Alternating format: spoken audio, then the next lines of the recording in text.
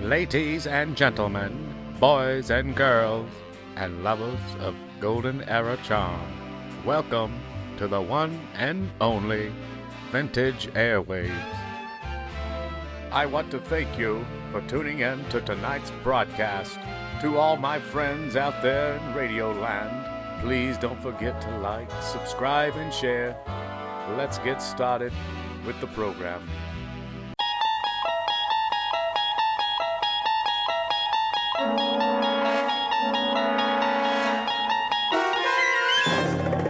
You unlock this door with the key of imagination. Beyond it is another dimension, a dimension of sound, a dimension of sight, a dimension of mind. You're moving into a land of both shadow and substance, of things and ideas. You've just crossed over into the Twilight Zone.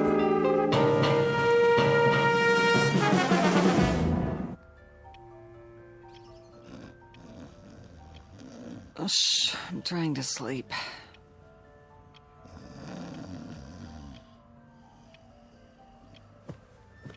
I said I'm sleeping. What?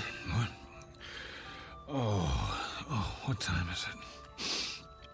Wilma. Ow. Wilma. Oh, leave me alone. What does the clock say? Huh? 9:17. It can't be. Oh, didn't you set the alarm? Wilma!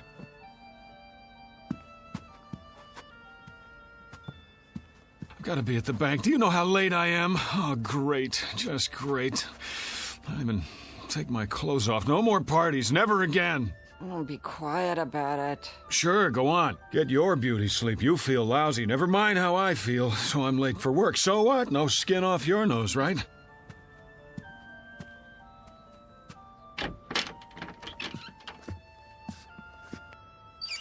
Oh, God. I shouldn't have looked in the mirror. You know, I didn't want to go to that stupid party in the first place. It wasn't my idea. I wanted to stay home and read, but no, can't do that. Can't hurt old Petey's feelings, can we? Wouldn't be nice. So I go to work an hour late today, and you sack out till noon. That's fair, yeah, makes sense to me. Oh, my aching feet. Could have at least taken my shoes off, but that would have been too much to ask before you passed out.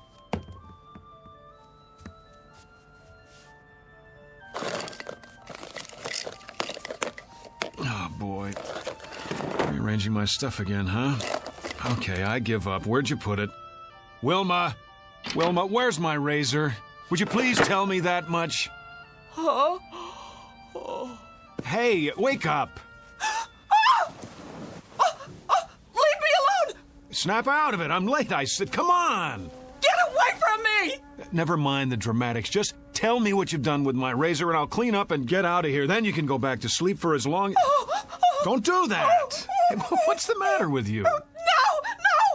I'm not even touching you. Are you sick or something? Wilma, I asked you... Who are you?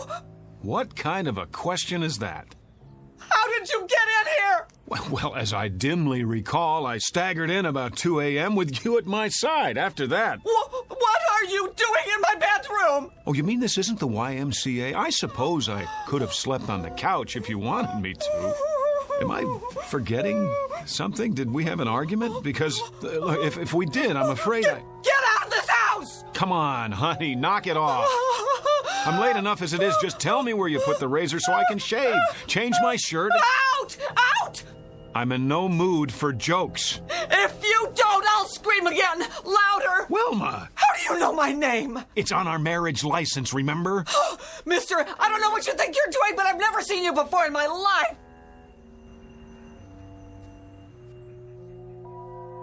Cameo of a man who has just lost his most valuable possession. He doesn't know it yet, but he's about to find out. In fact, he doesn't even know there's been a loss. Because, like most people, David Gurney has never given much thought to the matter of identity. But he's going to think about it from now on, because that is exactly what he's lost. And his search for it will take him through unknown territory in one of the darkest corners of The Twilight Zone. And now, The Twilight Zone and our story, Person or Persons Unknown, starring John Schneider with Stacy Keach as your narrator. Did you hear me? Get out! Because you've never seen me before. Now you don't even know your own husband. Oh, you're beautiful. What a time to go psycho on me. Now, look, whoever you are, I don't want any trouble.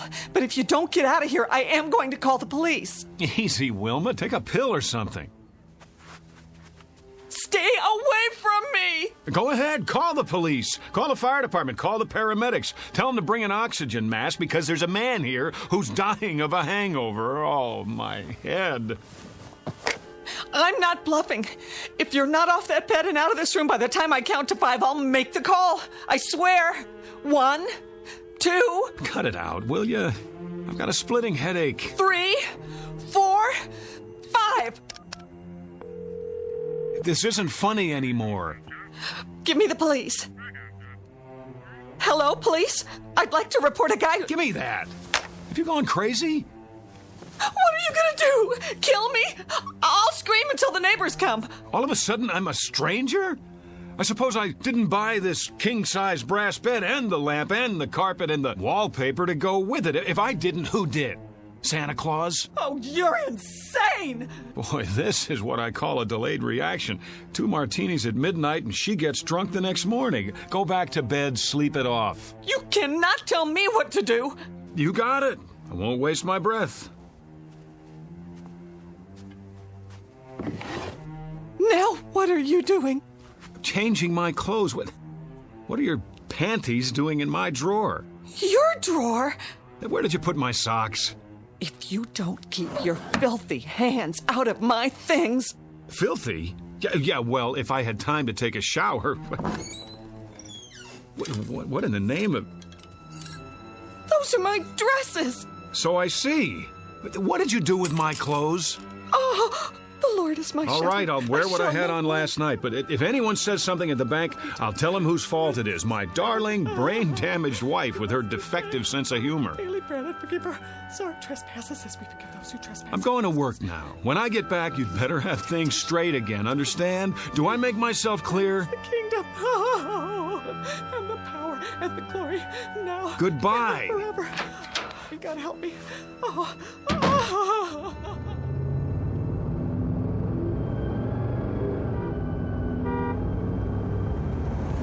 Oh, great. No gas, which means I get to work even later. Mr. Miller's gonna love that.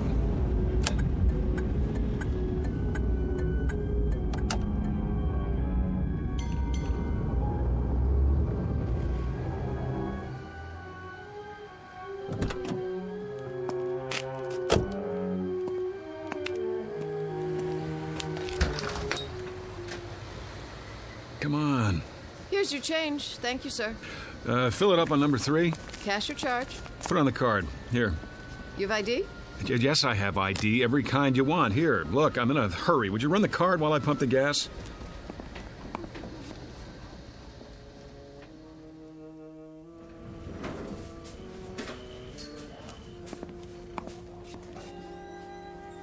Morning, Jim. Morning, sir. Welcome to Federalist Savings and Loan.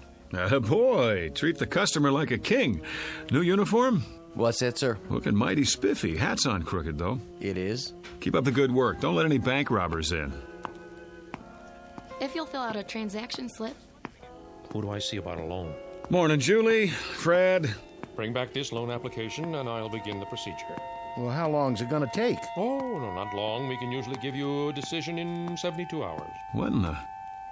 Well, see, I sort of need the money right away. I'll do my best, Mr. Klein. May I help you? George? I am Mr. Hurtubise, Assistant Vice President. Of course you are. Who's that? Sir? At the desk by the window.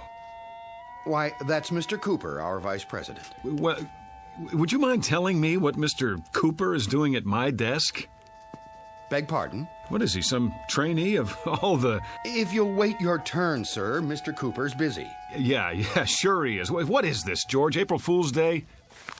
I don't see why I have to fill this out. I already gave you all the information. I'm sorry, Mr. Klein, but without verifying your collateral, I'm afraid there's nothing we can do. You know how long I've had an account here? And you giving me the runaround? Well, maybe I'll just take my business somewhere else. What do you think of that? Well, thank you for stopping by, Mr. Klein. If you'd care to reconsider... Thank you for nothing. Nice. I beg your pardon? You just lost a customer. I could have processed his application in 24 hours. And you are... Who the devil are you? How's that? I said, who the devil are you, and why are you sitting at my desk? Your desk? Yes, my desk. I've had about enough of this today. Get out of that chair. I'll do nothing of the kind. Friend, you'll get out of that chair, or I'll throw you out. Yes, I need security over here. Move. No need to get upset, friend. Oh, you don't think so? After the morning I've been through? Here, take this junk with you. Your pictures, your phony nameplate. I said take it! Trouble, Mr. Cooper. Would you show this man to the door? Knock it off, pal. You're the one who's leaving. Better come with me. Back off, Jim! This joke's gone far enough. He says it's his desk. Come on, sir. Let's settle this outside. There's nothing to be settled. I want my nameplate back and my pictures. What the hell did he do with them? Now, sir. Outside, I have to insist. Go ahead, insist. I'm not budging. Yes, you are. You're putting your hands on me? This is too much, Jim. I like you. You're a good security guard. But if you don't let go of my arm, you're out of a job. Outside. I said, let go of my arm. There! Now you are fired. Put your hands up. Put your gun away and get back to work. What's the matter with you people? Has everyone gone crazy? Up over your head. I advise you to do as he says. Mr. Cooper, call the police. I already have. Well done. What? Now walk 3 paces in front of me. All the way to the door. Don't make me use this. George, what's going on? Tell me, please. Outside with him. Let's go. Sorry, everyone. Minor disturbance. Don't be alarmed.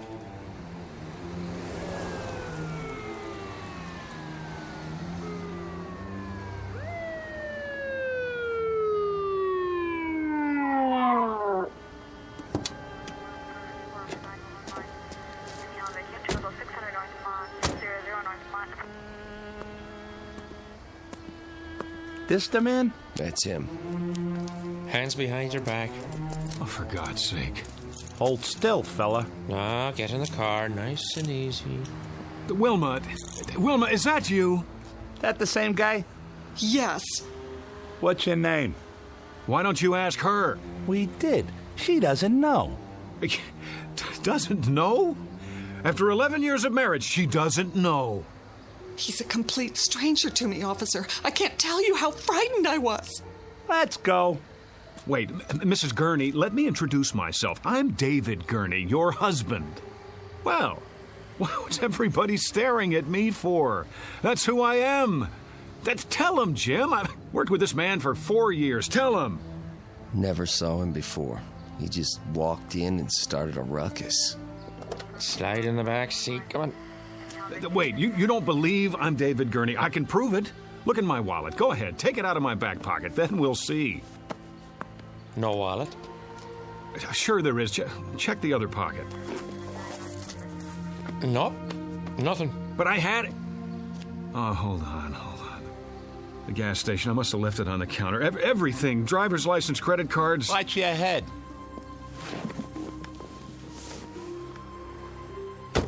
You can't do this. Somebody tell them. My name is David Gurney. David Gurney.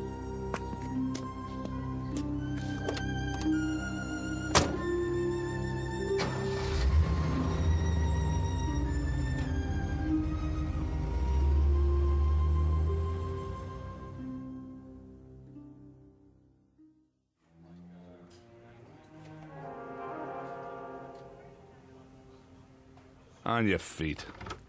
Where's the doctor? Right here, my boy. Sorry to keep you waiting. Thank God. You don't know what it's like sitting here listening to those lunatics. I think I do. If you'd like to come with me? Let's move it. I see you people have finally come to your senses. Now you can sign the papers and I can go home. You're not going anywhere. Not just yet. What is this, a jail? No. I thought you understood that. It's not part of the penal system. What would you call it then? An isolation wing at the state hospital. I thought that was explained when you were brought here. Then if it's not a jail, I'm leaving. Very probable, eventually. But for now, there's a 72-hour hold. I thought we'd talk a bit first, Mr. Gurney. David Andrew Gurney. So you've said. Well, let's go down the hall, shall we? We'll be more comfortable in my office. You heard him. You don't have to manhandle me. It's all right. He's not dangerous. If you say so. Please, follow me. Got a regular loony bin in here. Oh, let's say a few people who are confused. I think of it as a kind of hotel for the weary mind. Yeah, only they can't check out. Actually, most of them will be released. A few are violent, but you're not like those, are you? Well, I should hope not.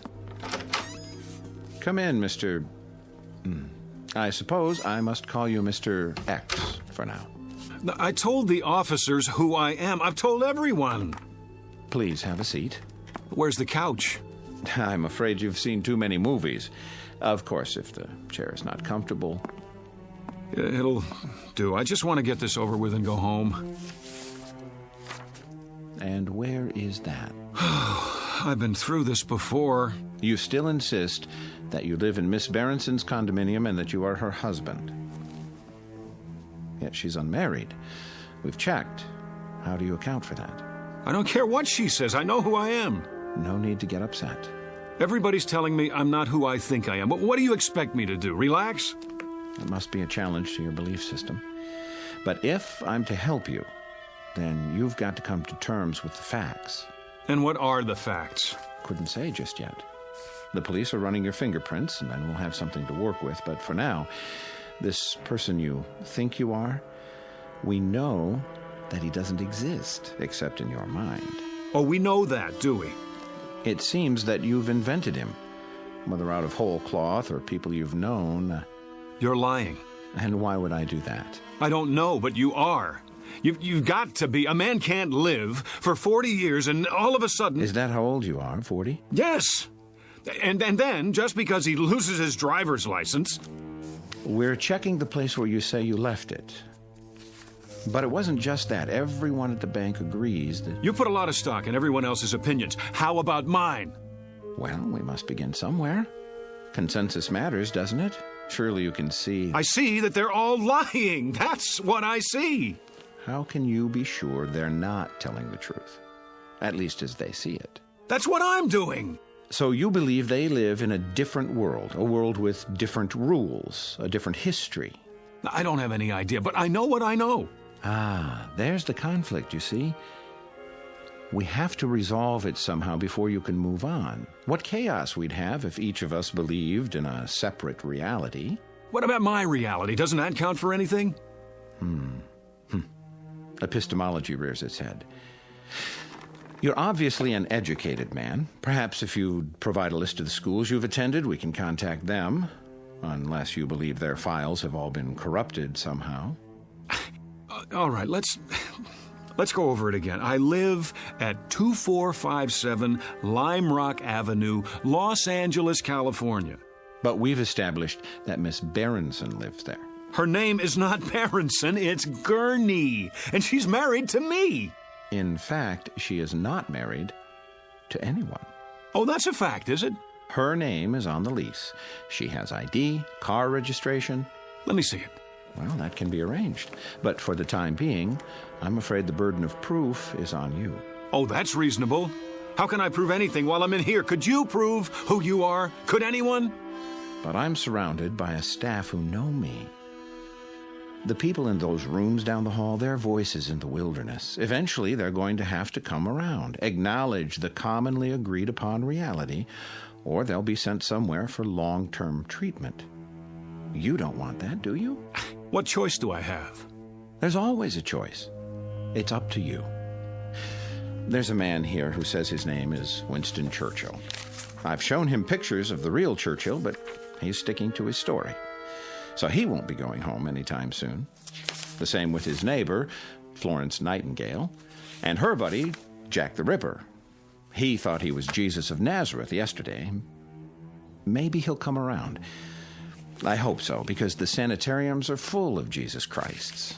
It's a real strain on the budget. So please, don't make it hard on yourself. The choice is yours. Pretty cut and dried. Either I prove who I am, or I give up my identity in order to get out of here. You don't have an identity at the moment. That's the issue in a nutshell. Let me use the phone. All right. It's about time. I'll turn on the speakerphone so we can both hear. Agreed? Agreed.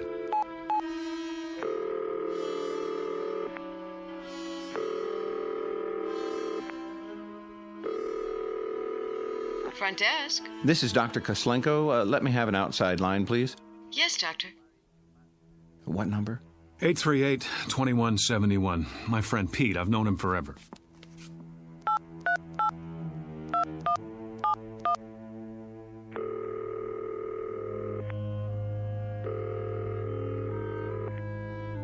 Hello? Hello, Pete. Yeah? Who's this? It's Dave. Look, you don't know how glad I am to hear your voice. Listen. Dave who? Pete, for God's sake, Dave Gurney. Wilma and I were at your place last night. Don't kid around. I think you have the wrong number, fella. But we went to school together. He's my best friend. Care to try someone else? Let's just cut through all this. Call 272-3478. Ask for Mrs. Gurney. Very well.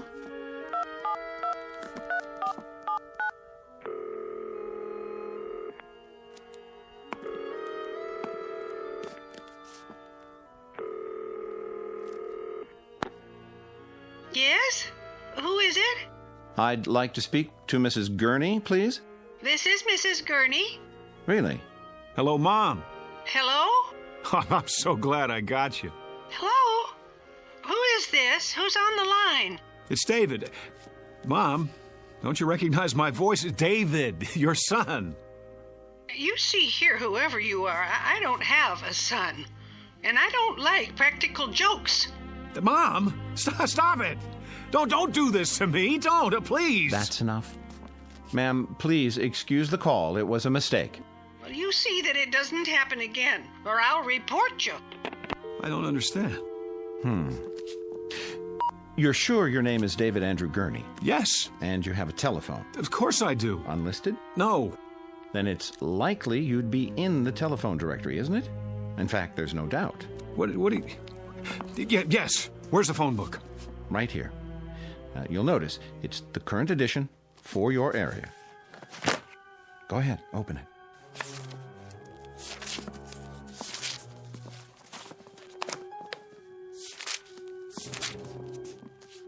Gurney, Bertram J, 26837 Broadview, no.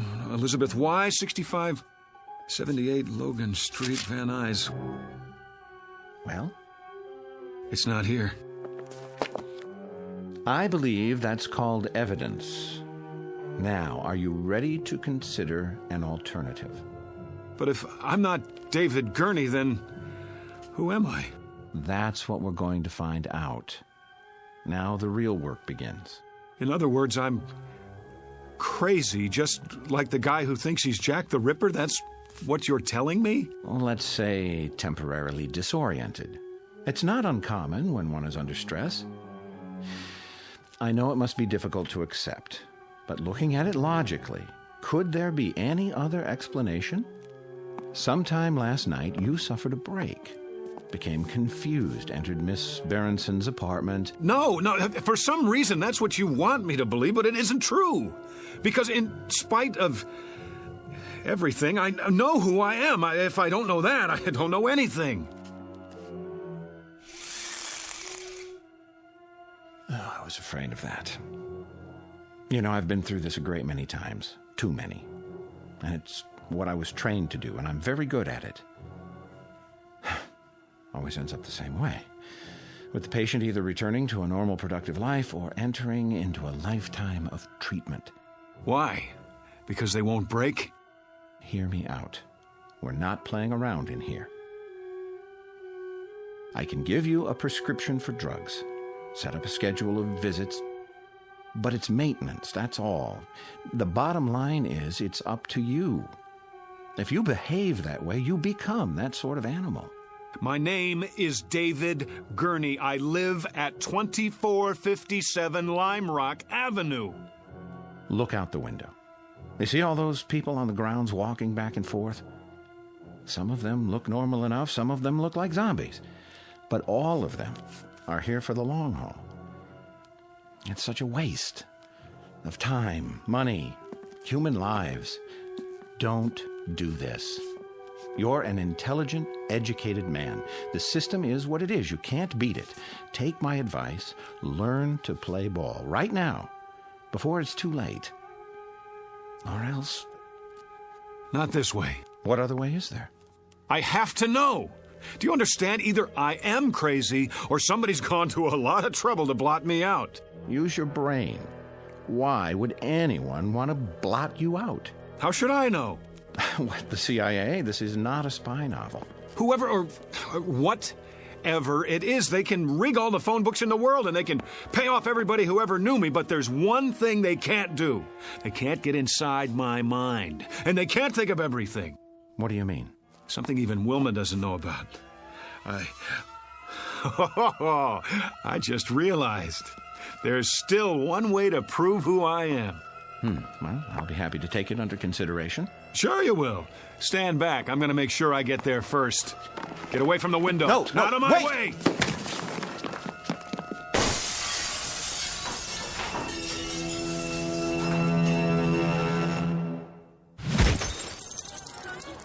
All right, everybody, line up. Rec period's over. Back inside. We better stop him. He's getting away. Oh, he's already outside. Get the keys to the gate. I don't have them. Man, oh man, look at him run. Sure is in a hurry. I couldn't have done that. Must not have taken his meds today. Call the cops. This is Braywood General. We have a patient over the wall. Put out an APB.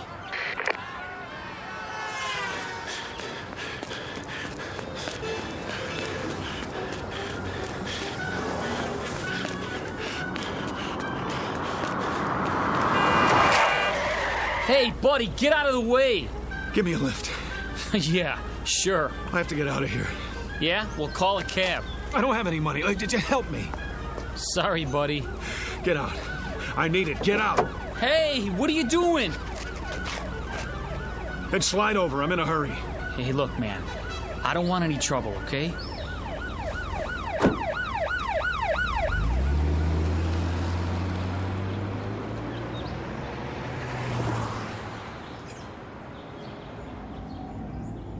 Just keep your mouth shut. I won't hurt you. Hey, who's after you? The cops? Huh? What'd you do? Nothing. That's just it. Nothing. And what are they chasing you for? Because I don't believe their lies. Oh, I get it. You're on the run, right? Is that it? Something like that. It's okay, man. I'll play ball. Just stay calm, okay? Turn right there. There's an alley. Oh, thanks, kid. Look, where do you want to go? Downtown L.A. You know how to get there from here? Sure, but don't take the freeway. Go the back streets. I'll show you.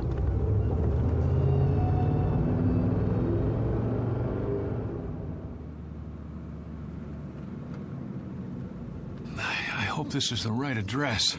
So, can I go now? Now, go on. I can handle it from here.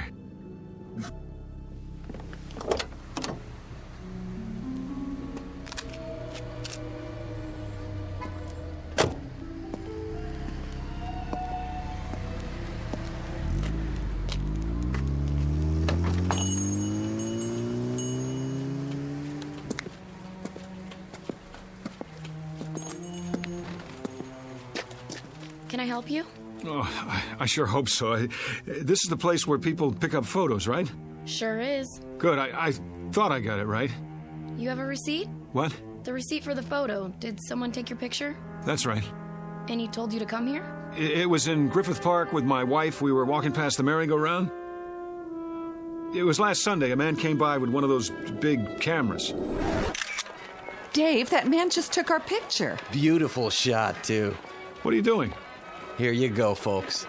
I didn't say you could do that. Oh, there's no obligation. Take this ticket to Photos R Us. Address is right on it. If you like the picture, it won't cost you an arm and a leg. 8x10s, wallet size, 3x5. He gave you a ticket. Yeah, but I don't have it with me. Then I can't help you. We have hundreds of proof prints. That's what I need. Proof. Hold on. I can almost see the number in my mind. 670. Yeah. That's it. 6708777. I remember because of the 4 sevens. Maybe your wife's got the ticket. No, she's forgotten about it. I was going to surprise her. Sunday, that would be the 14th. I'll check the files. You found it? This must be the one. Hey, let me have it. Wait, was that 4 sevens at the end or 3? There's only one way to find out. Yes. Is that it? Yes, that's it. Oh, you don't know how important this is to me. You okay, mister? I am now. That'll be $4.75 for the enlargement if you want extra prints. Hey, mister, you have to pay first. You. Hello, Mr. X. What are you doing here? I might ask you the same question. We've been following you since the hospital. I wanted to see where you'd go. What is this? All right, hands behind your back. Wait. Have any knives or weapons in your pocket? I said hold on. It's all right, officers. I'll take responsibility. The guy owes me money. Oh? $4.75 to be exact, plus sales tax. And do you know what for? I'm sure you're going to tell me. Proof that I'm not crazy. Really? And what kind of proof might that be? I told you they couldn't think of everything. Well, I was right. I suppose you found a signature or some such? That wouldn't be enough, would it? I could have signed it at any time. Correct. Or if it's something else, I could have printed it up or bought it like a fake driver's license. I doubt that you've had time. What about a photograph, Doctor? A picture of me hand in hand with the woman who says she never laid eyes on me before this morning. Is there some way to explain that? What do you have there? Go on, open the envelope, take it out and look at it, and then tell me what you think. Well? And what am I supposed to see? Me, with Wilma at Griffith Park last weekend. That should establish something. I don't understand. What's to understand? You need glasses? This is a photo of you in front of a carousel, alone.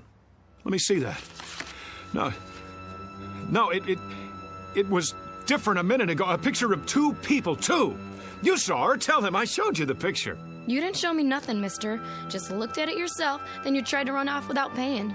But I tell you, she was there.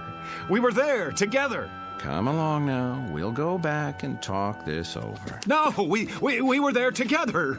Together. Together. Together. We were... Dave? Together, I tell you. Dave, honey, wake up. What? Oh, where am I? In bed, you were dreaming. Oh, Wilma, it seems so real. That's why they call them nightmares. You want me to get you something? No, that's all right. What time is it? 4 in the morning. Go back to sleep. You have to be at work in a few hours.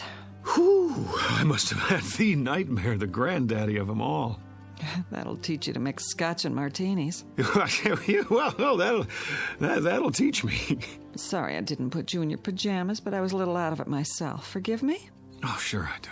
Don't blame yourself. You're in a rare mood. You don't know how happy I am just to be here. I love you, too. Oh, you better check the alarm. I'm not sure if I set it. I can't see. Now turn on the lamp.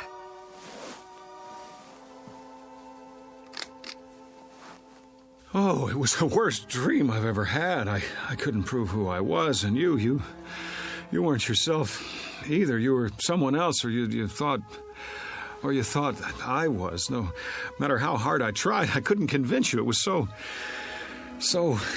Well, you're okay now, aren't you? Set the alarm and turn the light off. It's hurting my eyes. Dave? Dave, honey, is something the matter? Why are you looking at me like that? Who are you? What do you mean? It's me. Who did you think I was? Dave? Dave, darling, You get out of this bed. Go on. Get away from me. Whoever you are, I swear, I've never seen you before in my life. Dave? Dave, don't act like this. You're scaring me. You're so pale. Are you sick? Dave? Dave? Dave! A case of mistaken identity? Or a nightmare turned inside out? A simple loss of memory or the end of the world for someone named David Andrew Gurney? At least he thinks that's his name. He doesn't know much of anything anymore, and he may never find what he's seeking because the truth is he's lost his way. But you can be sure he'll continue looking for it night after night in the Twilight Zone. We'll return to the Twilight Zone in just a moment. You are about to enter another dimension, a dimension not only of sight and sound, but of mind, a journey into a wondrous land of imagination. Next stop, the Twilight Zone. Hi, this is Stacy Keach. I'd like to take a moment to tell you about our Twilight Zone website at twilightzoneradio.com. At twilightzoneradio.com, you'll find the latest information on these Twilight Zone radio dramas, including behind-the-scenes photographs, plus the newest product releases, trivia contests, ways to contact us, other Twilight Zone-related info and merchandise, plus links to other fascinating websites. So make your next stop twilightzoneradio.com. Visit twilightzoneradio.com to purchase these Twilight Zone radio dramas on cassette and CD, or call toll-free 1-866-989-ZONE. That's 1-866-989-9663.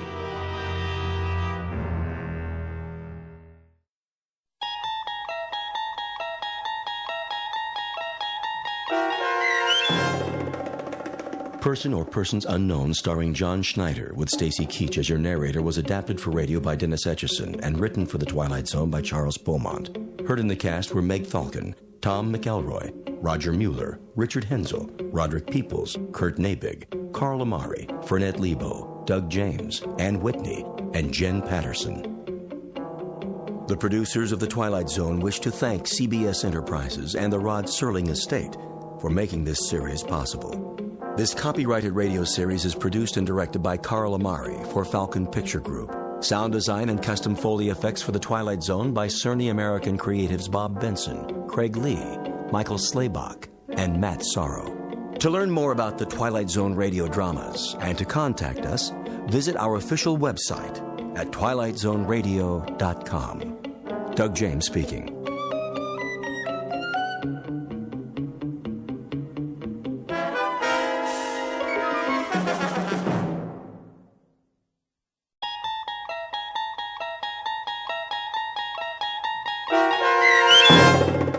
Printer's Devil, starring Bobby Slayton, with Stacy Keach as your narrator, was adapted for radio by Dennis Etchison and written for The Twilight Zone by Charles Beaumont.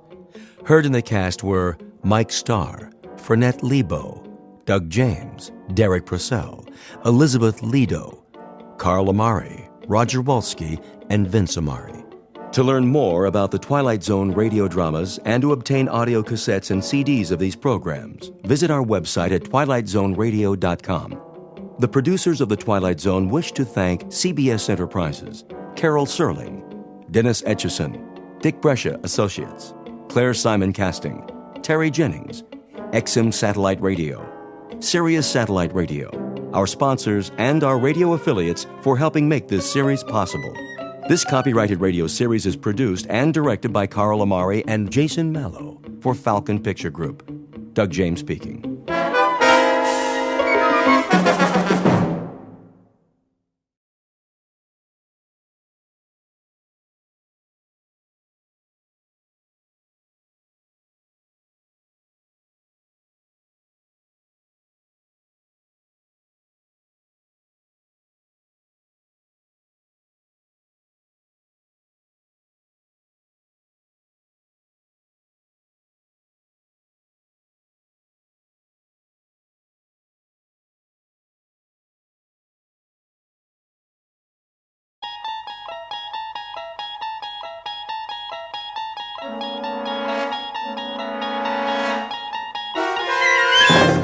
You unlock this door with the key of imagination. Beyond it is another dimension, a dimension of sound, a dimension of sight, a dimension of mind. You're moving into a land of both shadow and substance, of things and ideas. You've just crossed over into the Twilight Zone.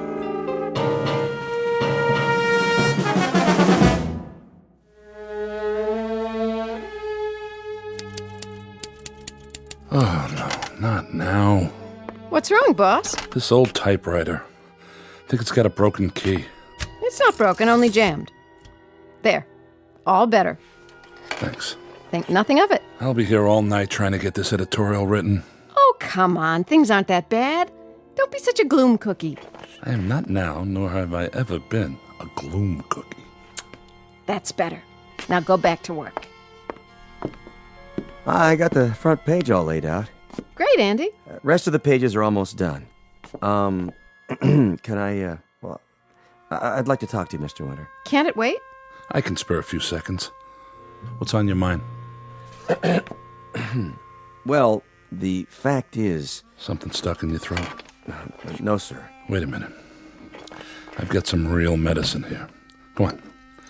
Take a swig.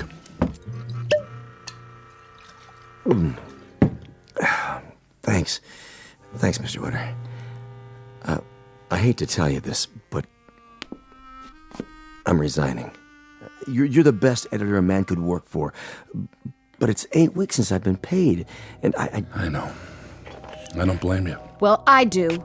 Andy Praskins, you ought to be ashamed of yourself. Jackie... The best editor a man could work for, and you repay him by quitting? I told you, I hate to do it. Then why? Because of a little setback? It ain't a little setback, and you know it, Miss Benson. And so does Mr. Winter. This paper was finished the second the Gazette came to town. How you gonna buck a syndicate like that? They can spend $1 million and still not feel it. They got a morning edition, a night edition. So I say, join them. You mean you're going to work for them? Starting tomorrow. And if you're smart... You... just get out of here. Andy, good luck. Thank you, sir. I still say, you're the best. That's gratitude for you. Jackie. Get mad. Do something. That was our linotype operator who just walked out. Honey, it won't do any good to get mad. Andy's right. We're finished. Don't tell me that, Doug, please. It was your dream. Well, now I'm awake. Miss Benson, I'm afraid you're fired too. We both are. What are you going to do? See you to the door. Will you be all right? Sure, it's not the end of the world. Just a Danbury Courier. Take a look at tomorrow's headline. Mayor Stinson's daughter wins beauty contest. Pretty exciting, huh? Now look at the Gazette. Extra. Mayor and beauty contest fraud. Which one do you think's going to sell?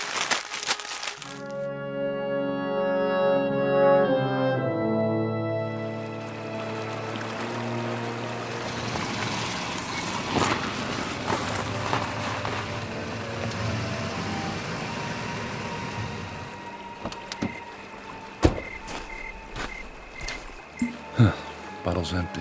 Oh, well. Young man. Yeah? Might I trouble you for a match? For my cigar? Oh, sure. I think I have some. This is a beautiful, beautiful evening, isn't it? The bridge, the river.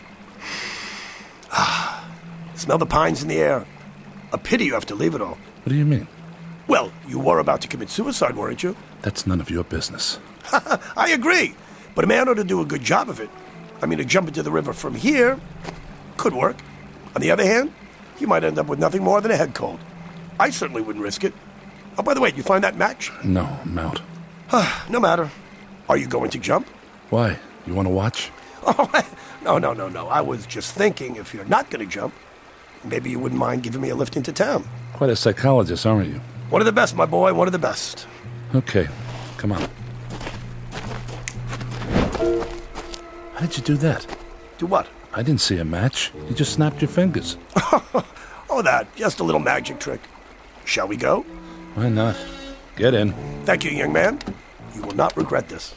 I promise.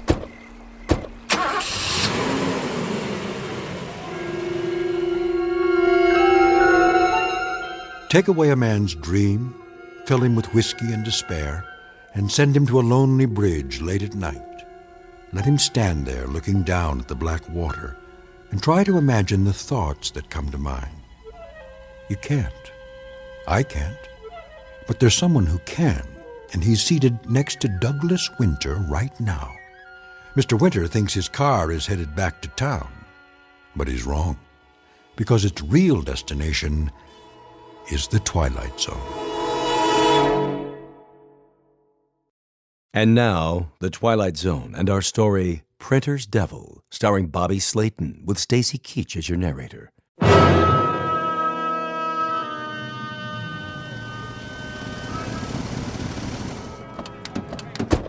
Here we are, beautiful downtown Danburg. Why, thank you. I appreciate the ride. Sure, and thank you. Half Moon Bar and Grill. Excuse me, young man? Yeah? I hope you're not going to drink alone. I was. Care to join me? I'd be delighted.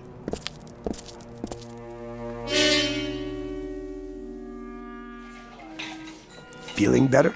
Not yet. Hi, Mr. Winter. Hello, Molly. Let me have a cup of hemlock on the rocks. Cup of what? Make it a martini. The same for me, Molly. Could I see you for a second? What about? Well, The tab. I'm sorry. Mr. Foster says he'll wait, but from now on it's gotta be cash. Please, allow me. Oh, well, that'll be fine then. Now, Molly, you run and go get those drinks. And tell Mr. Foster to make them doubles. Would you do that for me? Of course, sir. Thanks. Nothing at all, my boy. She's a plush one, isn't she? Full of fire. I wouldn't know. Mr. The name's Smith. Douglas Winter. Not the Douglas Winter. The newspaper editor? Ex-editor. Why X? It's a long, sad story. You wouldn't be interested. Oh, but I would. You see, Mr. Winter, you were the reason I journeyed to Danburg. You must be a bill collector. Not yet, anyway.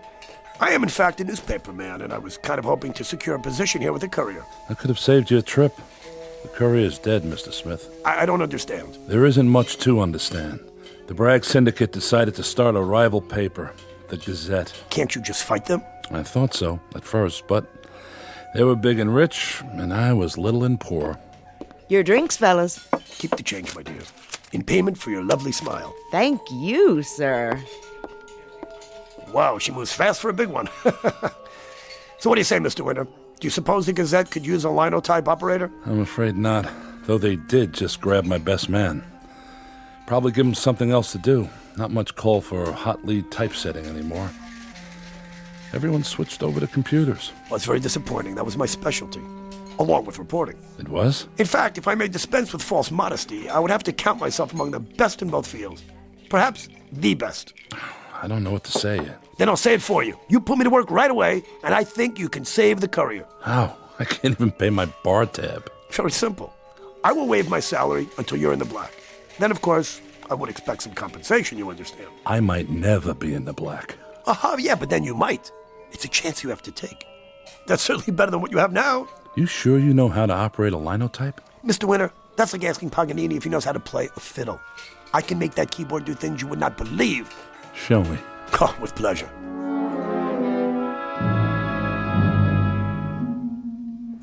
This little storefront is the Courier. And that office building over there with all the lights on, that's the Gazette. People buy a paper for its news, Mr. Winter, not its building. Except in Danburg. Why? Because there isn't any news here.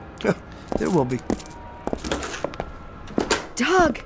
Jackie, what are you doing here? I was worried. I've been calling your house since 8 o'clock and... I'd like you to meet Mr. Smith. Jackie Benson, my most valuable employee. Second most valuable, Mr. Winter. He says he's a linotype operator. You mean we're still in business? I don't know yet. Mr. Smith, let me see how long it takes you to set the lead story. Certainly. Here's the copy. The machine's in the next room. Who is he? I don't know. It's an old model. Listen to that baby hum. Would you be kind enough to hold my cigar for a moment? If you don't play Chopin's Polonaise, we're going to be disappointed. Oh, you won't be disappointed, I promise. This machine and I understand each other. Watch. Let's give it a spin, shall we? There. May I have my cigar back? What? Just put it right there in my mouth. Right. Let me see, I have to make a few modifications here, but on the whole, yeah, this machine's in fine condition. A little stiff, perhaps. Why'd you stop? I'm finished. That's impossible. See for yourself. Read the type. Mr. Smith, where did you say you worked? I didn't say. Is it important? Why would a man with your talent want to work for a hick paper like the Courier? Not talent, Mr. Winter. Genius. And geniuses can be unpredictable. Call it a challenge. What about you, Miss Benson? You don't look impressed. No. I'm amazed. I amaze myself sometimes, too, but this, I must confess, this is not my true vocation. It isn't? Well, at heart, I'm a reporter. I've always been a reporter. You know how some people might have a green thumb? Well, you can say I have a green nose. Wherever there's news, this old nose smells it. I'm afraid it won't smell much in Danburg. Oh, who can say? So, well, am I hired? You would be, if I had a paper. But there's no use kidding myself. It belongs to half a dozen banks and finance companies, all ready to collect. How much would you need to pay him off? A lot. Plus 8 weeks of back wages to the staff, the delivery boys. And me? How much does it all come to? Roughly $22,861.23. Well, I think I can manage that amount. On a loan basis, you understand. Excuse us for a moment. Surely. What do you think? I don't know, Doug. What does he get out of it? What's his motive? Beats me. Well, then... Look, I'm going to give it a try. It's a chance to stay in business a while longer. And after all, what have I got to lose? Absolutely right. What have you got to lose?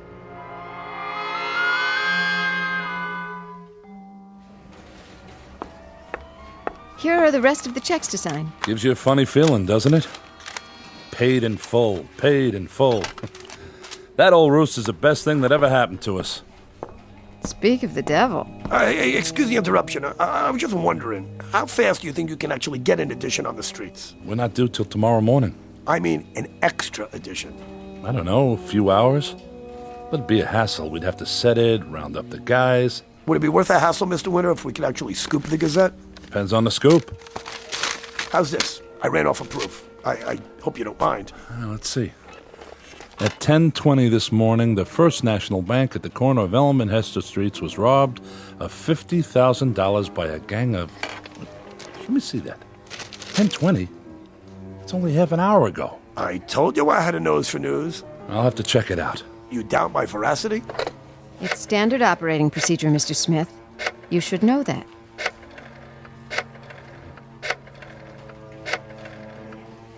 First National Bank? This is Winter at the Courier.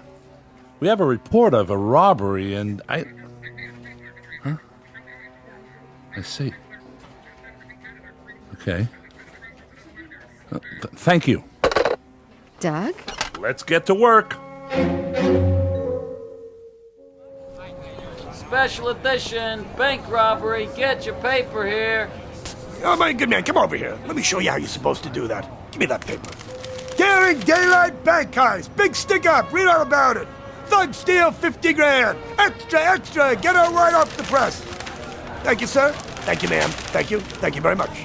Have your money ready. Thank you. Get her first. Right here in the Courier. Read all about it in the Courier.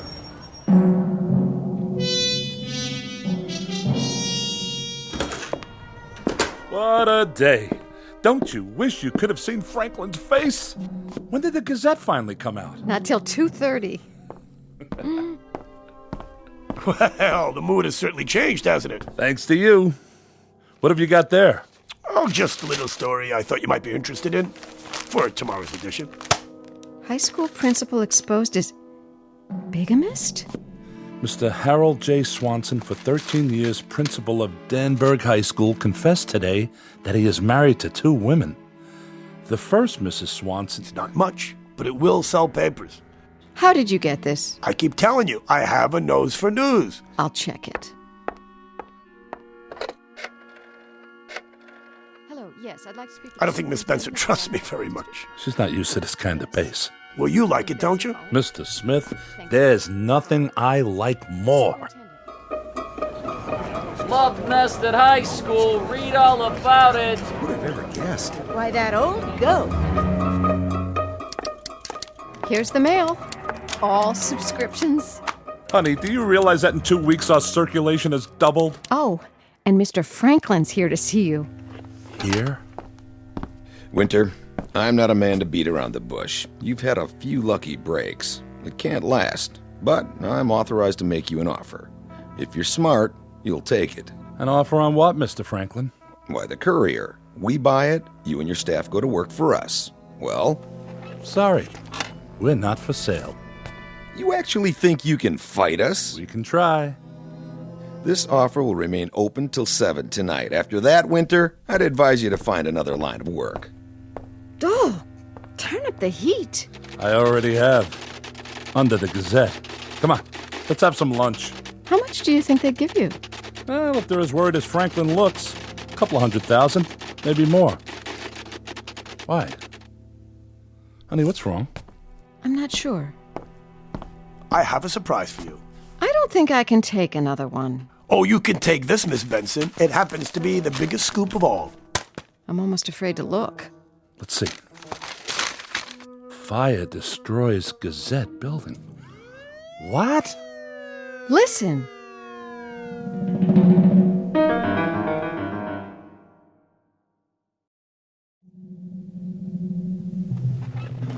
I don't blame you for being upset, but that's no reason to make accusations. Accusations?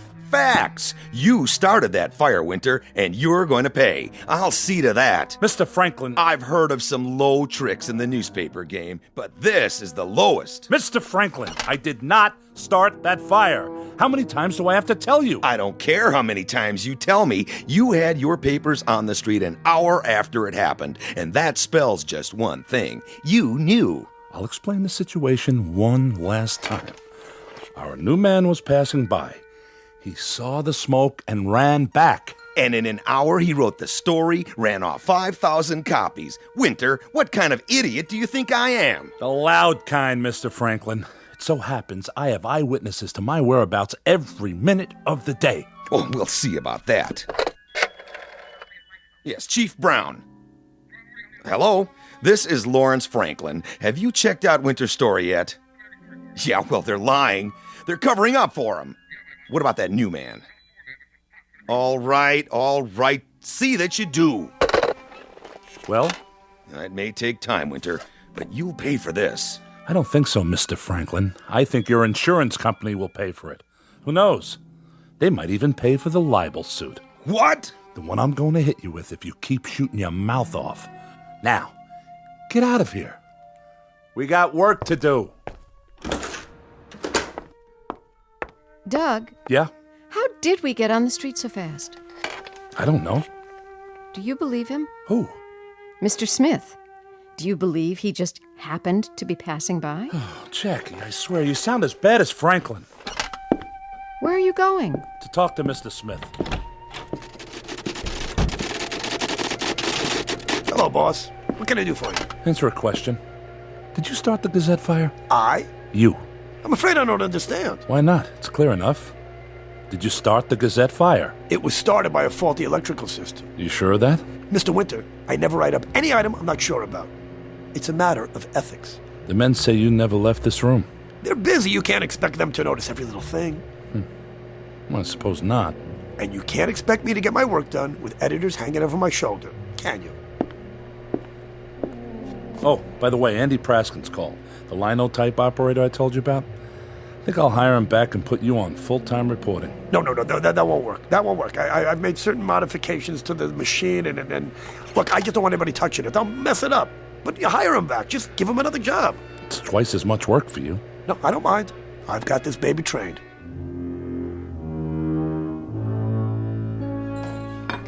Two specials. Anything else, folks? Not that I can think of, Molly. Well, just let me know. Doug, tell me about Mr. Smith. Exactly how did you meet him? I told you. I ran into him that night. Where? The end of Pine Trail, the bridge. What were you doing out there? I don't know. Hunting butterflies. You don't have to get defensive about it. Look, we met. I hired him. He put us back in business. What more do you want? Did you check his references? No, I didn't. Do you even know where he stays in town? Why are you so worried about him anyway? Because I smell trouble. That's why. Trouble? 1,500 new subscriptions, a sellout every day, and you call that trouble? Don't you want the Curry to succeed? You know I do. Well, then stop griping. All my life I've dreamed of this, and I'm not going to let you spoil it. What's happening to you? Nothing! You've never yelled at me before. You've never acted like a nagging wife before. I'm not your wife, Doug. And I never will be at this rate. Well, that's okay by me. You can't stand that, can you? You can't stand a man once you know he can take care of himself. Once he's on his way to the top. Doug, please. I'm sorry. Tell Molly to start a new tab. Who are you? Ernie Pinzer. And you? Rich Miller. What are you doing here? Working the printing press. Who hired you? The old guy, Mr. Smith.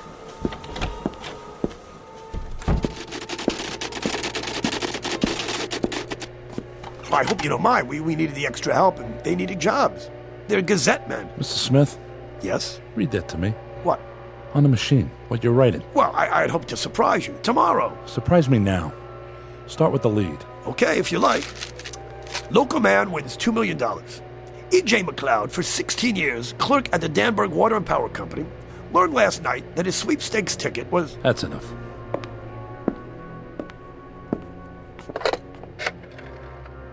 Information, give me the number of E.J. McLeod, please. Yes, please, dial it through. Hello, Mr. McLeod? This is the courier. I'm sorry to disturb you, but have you heard any news on your sweepstakes ticket yet? I see. No, I haven't heard a thing either. I was just wondering. Thank you. Good night. Well, you made a mistake this time. McLeod doesn't know anything about it. I never said he knew. I said he won. What are you talking about? How can you win $2 million and not know it? By not bothering to check your mailbox for a telegram? You're bluffing. You know what the odds are of winning those... Courier, Winter here. Well, congratulations. That was McLeod. You see? No. The telegram was delivered. He only just now read it. I swear, if you sent it, if you're stringing that man along... Mr. Winter, would you sit down, please? I think it's time we had a little chat. Maybe it is. I think the occasion calls for a touch of the creature, if I may say so. I'm all out. Oh, no, I think you'll find you're mistaken. Open up the drawer. A fifth of scotch. With my compliments. Now tell me, are you happy with the way things are going around here now? Of course I am. For the moment. Meaning what, sir? Meaning Franklin was right. We have been lucky. You can't expect that kind of luck to last. They'll rebuild the Gazette and we'll be right back where we started. Mr. Winter, what if I were to tell you that you could expect the luck to last? I'd say you're an optimist. Oh, I am that. But I'm also a man of my word. Isn't that true? You have been so far. Everything I promised you, I have delivered. So you have no reason to doubt me. What's all this leading up to, Mr. Smith? A simple proposition. I took the liberty of preparing this document here. I hereby guarantee, you understand? Guarantee that you will become the most successful newspaper editor in the world within 5 years. And that you will remain so for the rest of your natural life. If you will just affix your signature right here. I, Douglas Winter, agree to relinquish my immortal soul to the bearer upon my death in exchange for his service. You're the devil?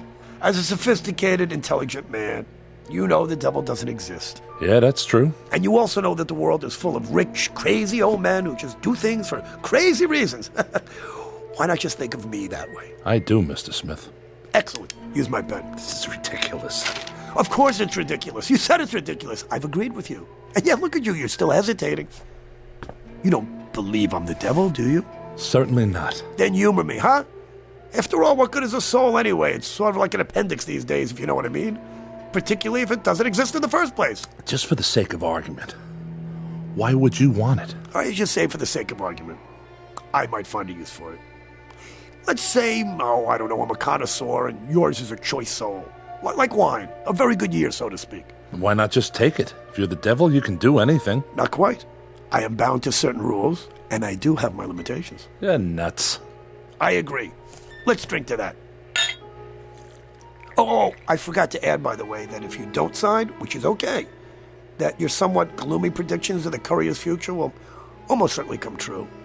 Then, of course, I'd be forced to resign, and you know what? Let's not even consider the possibility, okay? After all, you don't want to go back to that bridge again, do you? No. Then humor an old man. It would mean a lot to me, okay? If you don't, you'll be admitting fear and belief. And you're not afraid, are you? Not in the least. What then? Oh, boy, fancy that. Look at you. A grown-up man who believes in the devil. Oh, give me that stupid pen. Well done. Here. I hope that's the last I hear of this nonsense.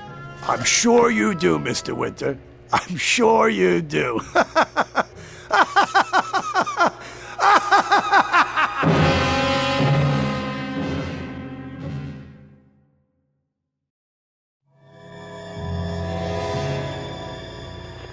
Okay, let's see. What shall it be tonight?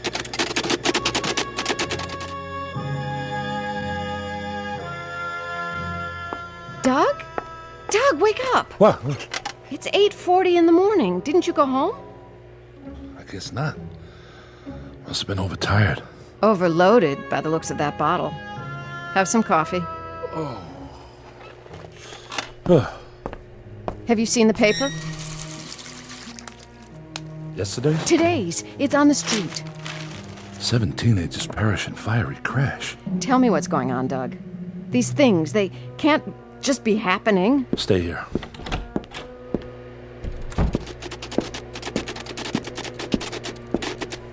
Good morning, boss. What do you know about this? I only know what I read in the papers. Has it happened yet? Well, of course. How else could... You know what I mean. Let's see. Oh, yes. An hour and a half ago. Oh, so awful. Nice young people, wasted lives, so much to live for.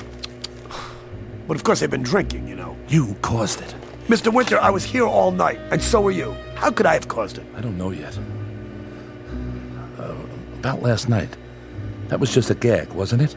Well, it did have its amusing aspects. I mean, you're not... Not what? Nothing. May I go back to work now?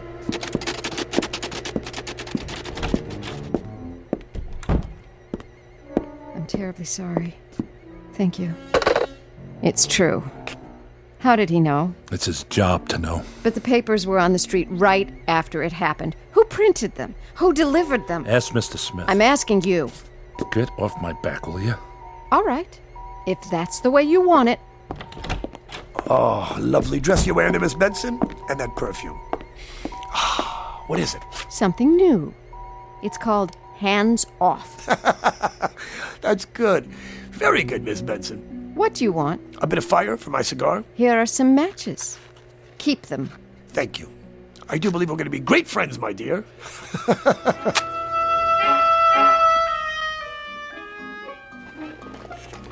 Okay, now then. What next? Let's see. Extra, read all about it. Mayor Stinson strangles his wife. Murder, extra.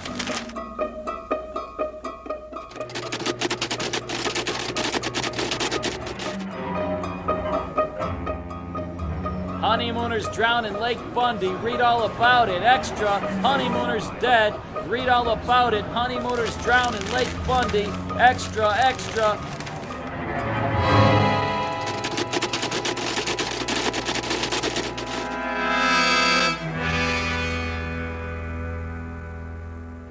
You've got to fire him, Doug.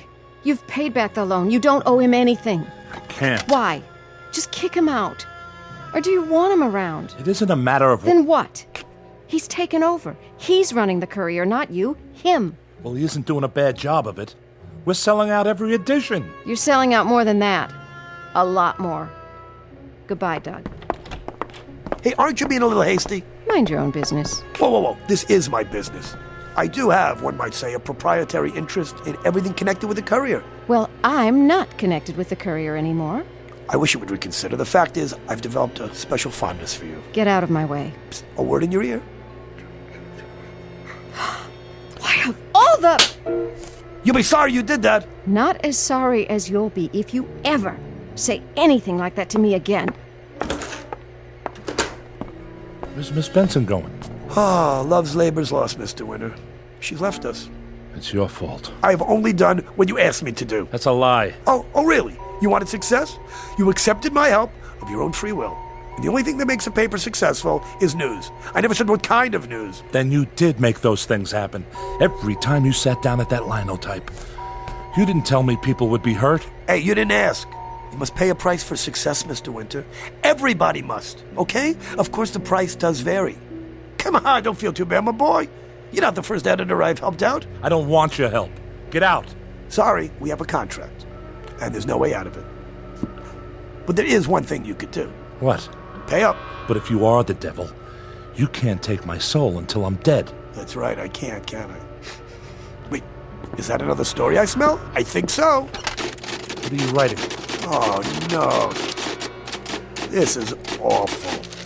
At 11:30 tonight, Miss Jacqueline Benson, formerly of the Courier, suffered grave injuries from a head-on collision with another car on Bascom Road. Cancel it! I'm sorry. Then change it! No, I won't do that either. What is written here comes to pass. Look, I told you I made modifications, didn't I? So you see, I didn't lie. I don't make things happen, Mr. Winter. The machine does. But why Jackie? Look, I do have other clients, and I've spent a great deal of time here, Mr. Winter. And I thought this just might be a nice way to wrap things up.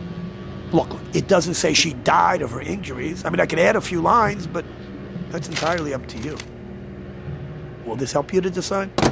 What's that? It's a .45 caliber automatic, I believe it's called. I carry one with me just in case. If you should decide to, conclude our contract, and I think you'll find this method a good deal surer than the bridge. A lot quicker, too. Give me that. That leaves 3 bullets in the clip, as I recall. Or is it 5? I fired right at you. How could I miss? You didn't. Then I'll use something else. Where are you going? Find a monkey wrench, and when I do, I'm going to throw it right in the middle of your plans. That's the spirit, my boy. Never give up. Okay, let's see. 10:15. You have exactly 1 hour and 15 minutes.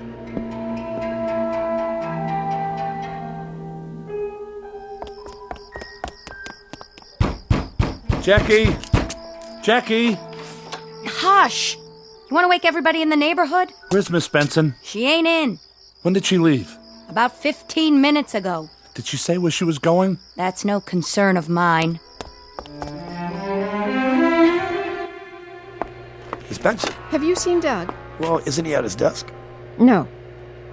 The truth is, Mr. Smith, I actually came here to talk to you. Oh, really? First, I want to apologize for slapping you. Second, I want to ask you to do something. And what might that be? I want to ask you to go away. You've done a great deal for the paper, but I love Doug. The way he's been acting since you got here, I hardly recognize him. Are you holding me responsible? Please, Mr. Smith, just go. I'll agree to anything you want. Well, you can't expect me to make a decision like this on the spur of the moment. Hey, what do you say we take a little drive and talk about it in private?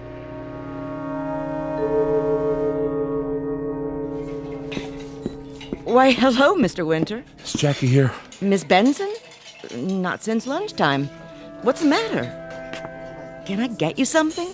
Mr. Winter. You don't mind my driving, do you? Where are we going? Well, this ought to be a good spot. Why are we stopping here? Well, so we can talk. Then we have an agreement. We might. It depends. On what? On you, Miss Benson, and your powers of persuasion. Go on. Persuade me. I can't. What? It's that cigar. Okay, well, let's take a walk. That is, if you would like to get acquainted. I do. Come on, don't be afraid. Take a little walk into the woods. Jackie? Mr. Smith? It's 11:10 already. He said it happens at 11:30. What am I going to do? Well, there's always this. One bullet is all I need. For myself. My hand doesn't shake too much. Wait. The linotype. Yes, that's it.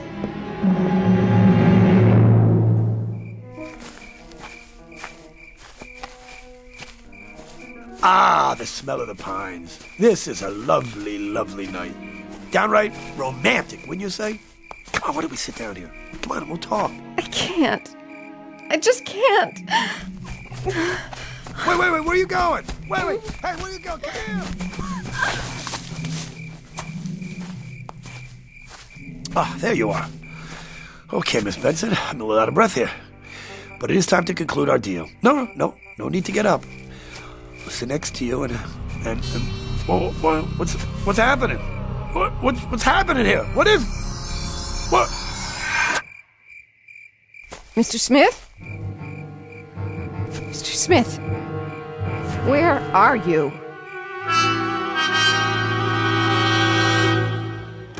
Doug! Jackie, where is he? I don't know. He just disappeared. Doug, what is this all about? If you don't tell me, I will go out of my mind. If I do tell you, you'll think I'm already out of mine. What's this? Something I wrote.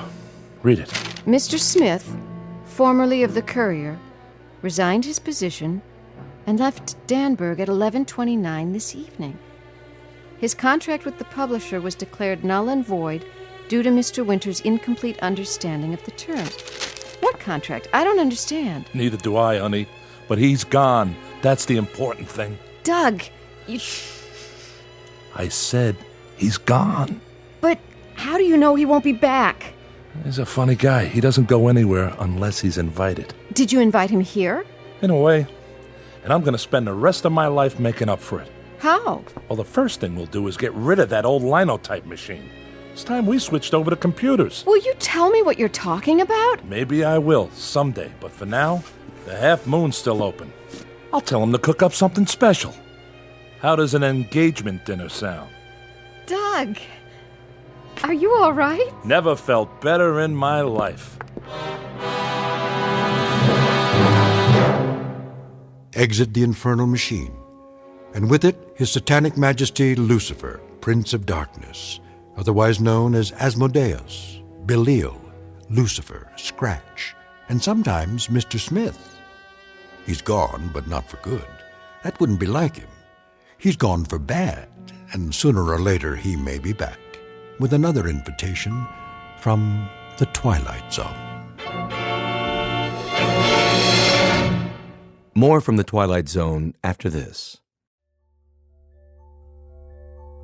Hello, I'm Stacy Keach. I hope you're enjoying this edition of the Twilight Zone radio dramas.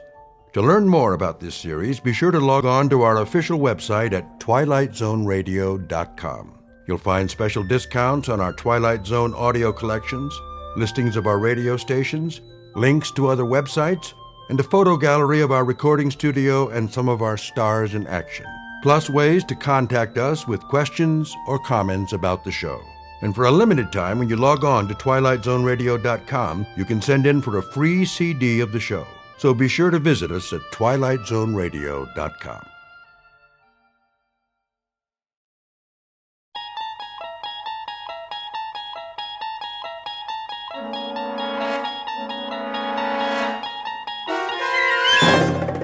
You unlock this door with the key of imagination. Beyond it is another dimension. A dimension of sound, a dimension of sight, a dimension of mind. You're moving into a land of both shadow and substance, of things and ideas. You've just crossed over into the Twilight Zone.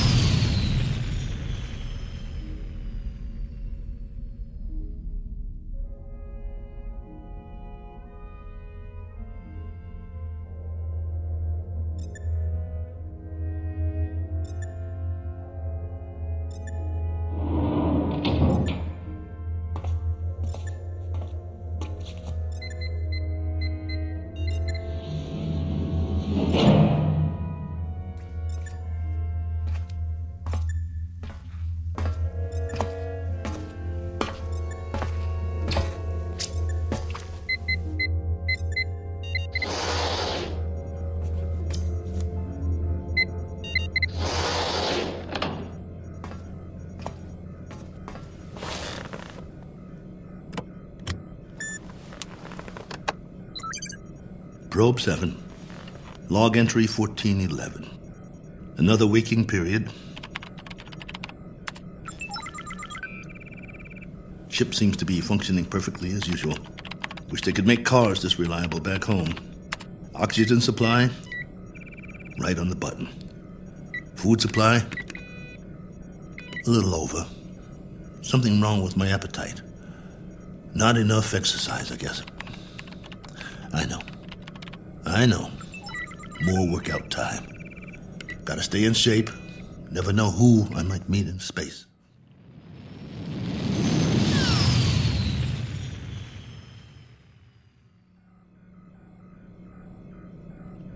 Coordinates on autopilot. Propulsion system humming like a top. Pressure flow, output, all right on the money. Oh, come on, guys. You don't need a pilot up here. Could have sent an unmanned probe. All I am is extra weight. Think how much farther this crate could go without me. Of course, you wouldn't have my brilliant observations. Boredom followed by prolonged disinterest, with periods of great loneliness. Must be fascinating. Here's an observation. All these blinking lights in the cockpit. They remind me of stars, or candles, or cigarette lighters. That's it. You remember cigarettes? Did you know at concerts people had these little lighters, and sometimes they'd hold them up and it looked like a sea of stars out there in the dark? I want to write a book, not this diary. Doesn't have enough plot. Just me remembering. That's who I am, boys. He who remembers. Oh, well. Better send you the numbers. Here goes the download. Transmitting now. Till next time, this is Colonel A.L. Cook. Over and out.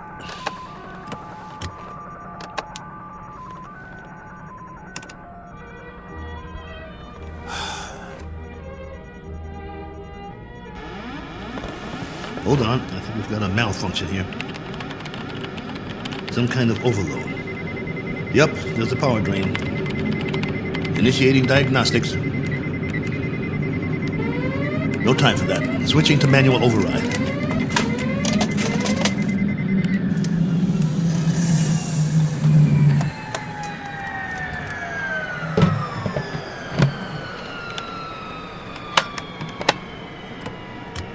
Base, this is Probe 7.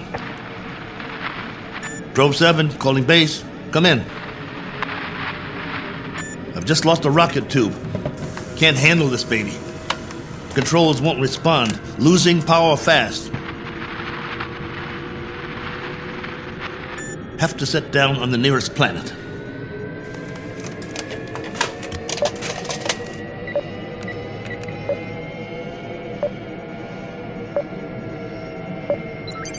Got one in view now. Not much choice.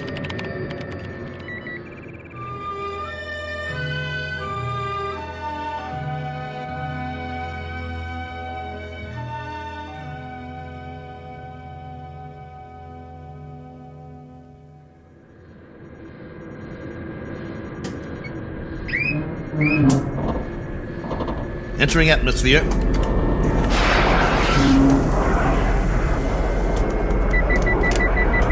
Surface coming up fast.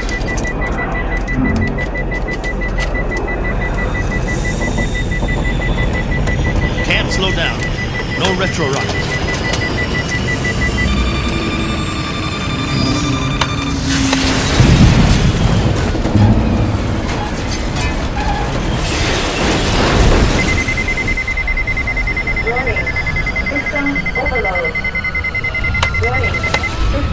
Ship's about to catch fire. Base, do you read? This is Probe 7. Probe 7. Mayday! Mayday!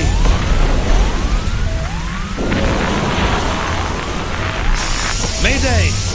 Mayday!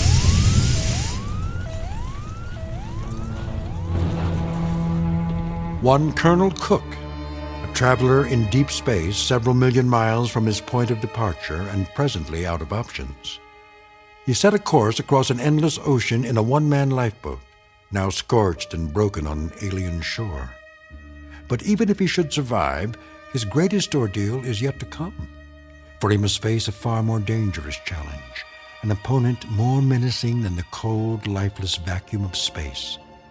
He must face what awaits him on the other side of the bulkhead and do battle with the unknown. As soon as the dust settles, he will take stock of his plight with very little effort, a single 360-degree movement of head and eyes.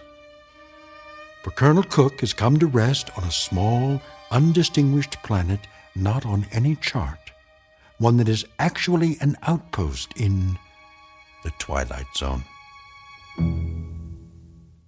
And now, The Twilight Zone, and our story, Probe 7, Over and Out, starring Lou Gossett Jr., with Stacy Keach as your narrator.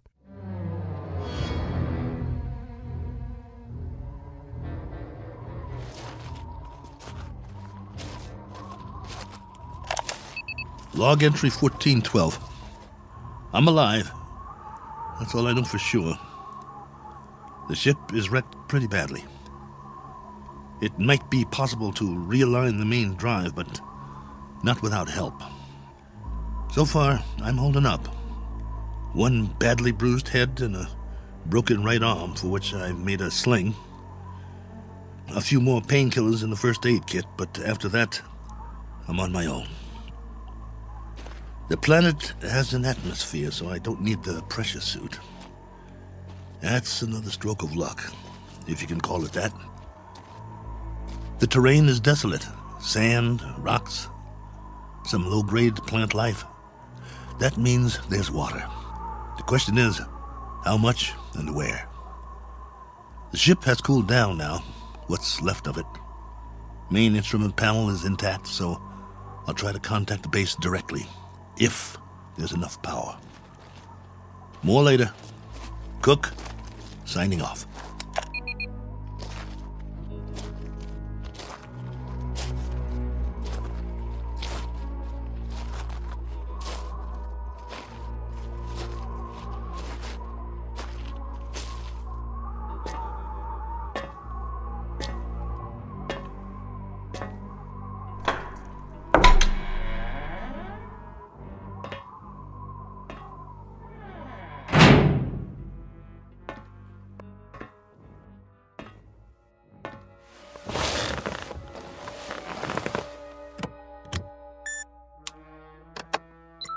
This is Probe 7.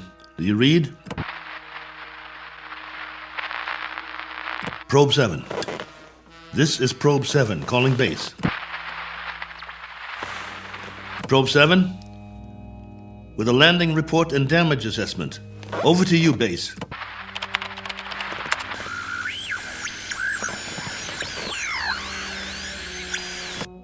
This is Probe 7. Come on, base. I'm waiting. Probe 7, this is base. You're coming through low, barely audible. Blaine, is that you? Yes, this is Lieutenant Blaine. We read that you're... This is Cook, Probe 7. I'm glad to hear you. Cook? Cook, we thought we'd lost you. Your transmission was interrupted. Everything was interrupted. I'm lucky to be alive. Probe 7 made unscheduled landfall approximately 7 hours ago. What? Come again. Can't hear. I thought you said... I've crash-landed, Blaine, in another planetary system. Didn't have much choice. One of the thrusters broke off the ship. This planet is 92,900,000 miles from the nearest star. Good Lord, Colonel. We're having trouble seeing you on the monitor. Sorry, but I can't send or receive a visual. Most of my equipment was fried in the crash. Okay. How's your oxygen? And that's the least of my worries. There's an atmosphere here. I don't know its density or composition, but it's breathable. Probe 7? Probe 7, your signal's drifting. Can you increase power? Not much chance of that. Far as I can tell, this is the last of my juice, at least for now. I've got half a generator and 3 solar cells working. I was afraid it wasn't enough to get through it all. Okay. Can you effect repairs? Say again? Repairs. Can you make repairs? If you give me maybe 20 years, a good right arm, and a new head while you're at it, I might make a start. The bottom line is, I need help. Got that, Base? Help. And right away. Probe 7, you're breaking up. Probe 7, are you there? Probe 7, we're having difficulties. Probe. All right, just stay there. Stay in transmission. Probe 7, we've traced your signal. We know where you are. Great. How soon can you send a ship? Colonel, I'm sorry to say we have nothing here that can reach you. What? You had several ships on the drawing board. Repeat, we have nothing available. Say again? All construction is suspended pending the current crisis. Ah, come on! Colonel Cook, I've been told you'll have to make the repairs yourself. Base, now hear this. I don't have fuel, no propellant at all. I left most of my rockets scattered across 50 miles of dirt and rock. All I have is a ship that looks like a jigsaw puzzle. As for the wiring, it's nothing but spaghetti. So when you say you've got nothing that can help here, you're telling me you're crossing off one spaceman permanently. Probe 7, we're having difficulty. Your words are breaking up. All right, Base. I'll give it to you in a few syllables. This ship isn't going anywhere.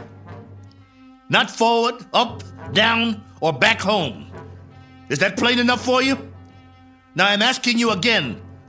Isn't there anything you can do to help me out here? Or are you just going to write me off? Colonel Cook? There's the low power warning. I'm losing transmission. Got to sign off for now. I'll make contact again in 3 hours. Roger that, will you please, Base? We will stay on this frequency, Colonel, and wait to hear from you. Oh, just a minute. There's someone here who wants to speak to you, Colonel. Colonel Cook, this is General Larrabee. We understand the spot you're in. We wish we could help. Thank you, sir. Well, there is a possibility that once you give us a full report on the ship, we can send you instructions for its repair and walk you through it step by step. That's still an option. Is it? Well, here's an option. Why don't I just build me a new one, General? I'll make it out of tin cans and chewing gum. I'll burn some circuit boards with a magnifying glass. That's a possibility, too. Colonel, I'm trying to be frank with you. Sorry, sir. I'll transmit again in 3 hours. Over and out. Heaven help me. Wonder if that's a possibility.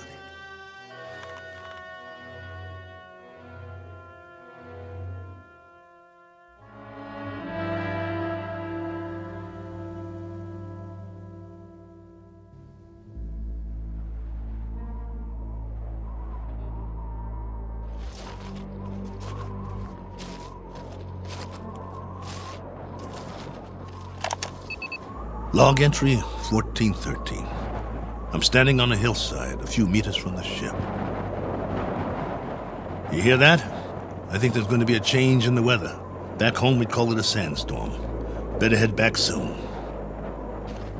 I see vines and some flowers down the other side of the hill. There's more life here than I thought. As to what stage of evolution it's reached, that's pure conjecture.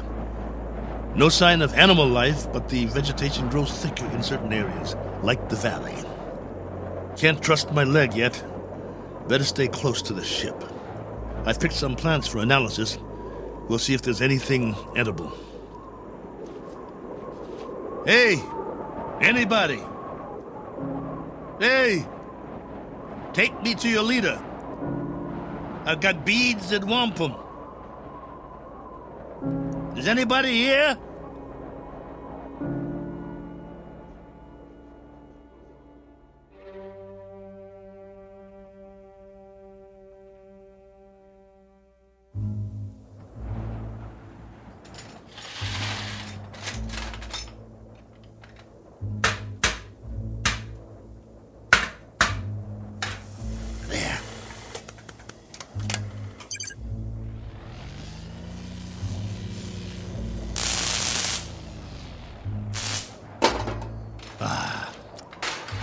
That's just great. The last good wires in the whole ship. Here comes that sandstorm. I'm gonna get the hatch shut. Close, will you? That's it. A little bit more. There. That'll have to do.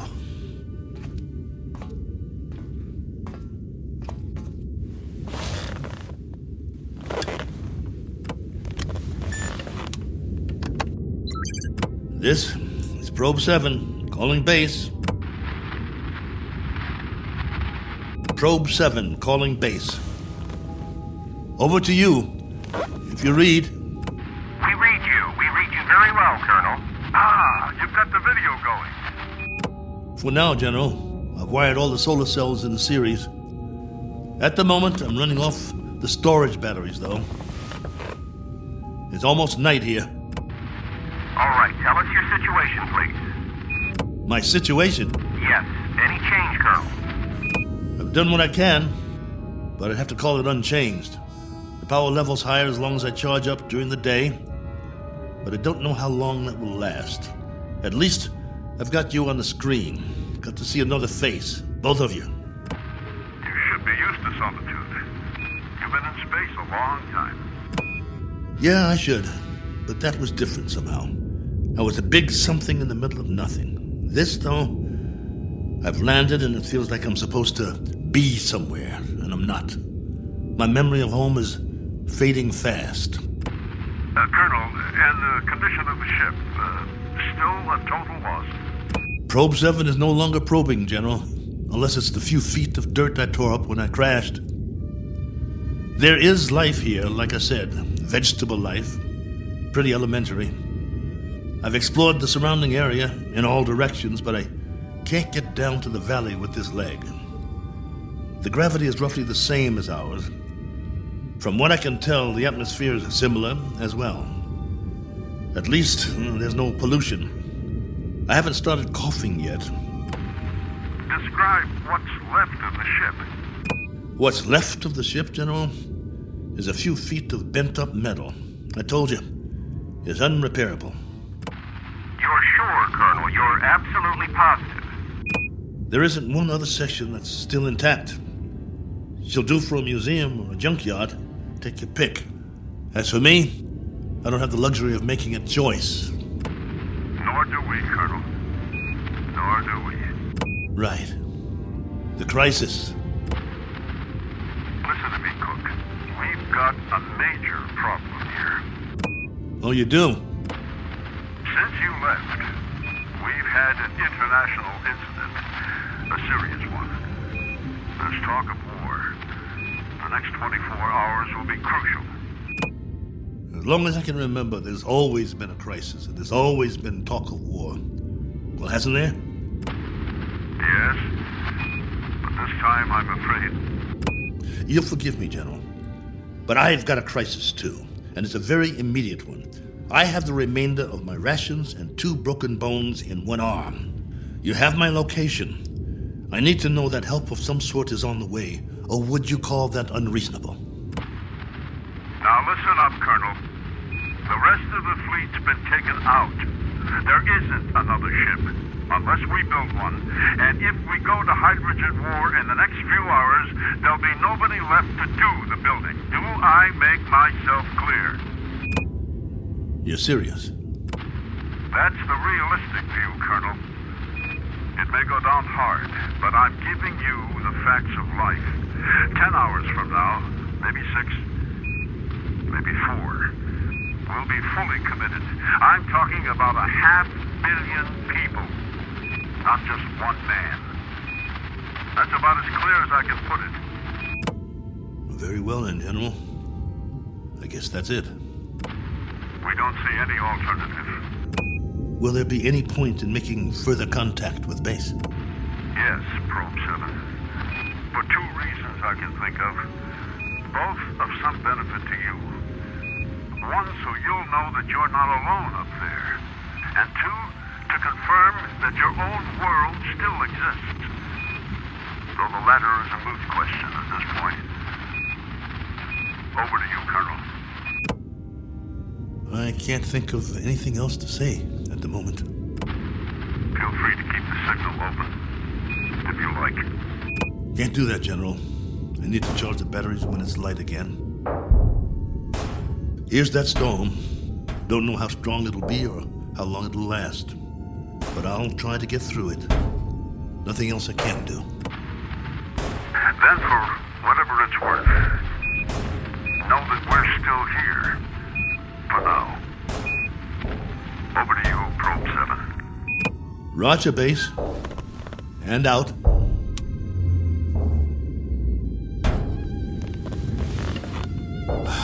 It's going to be a long night.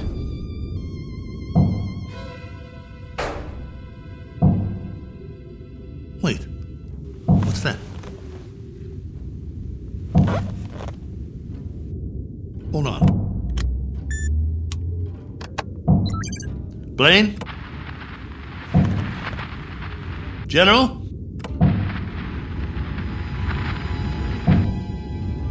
I wish you could hear this. There's something outside, I swear. Something or someone.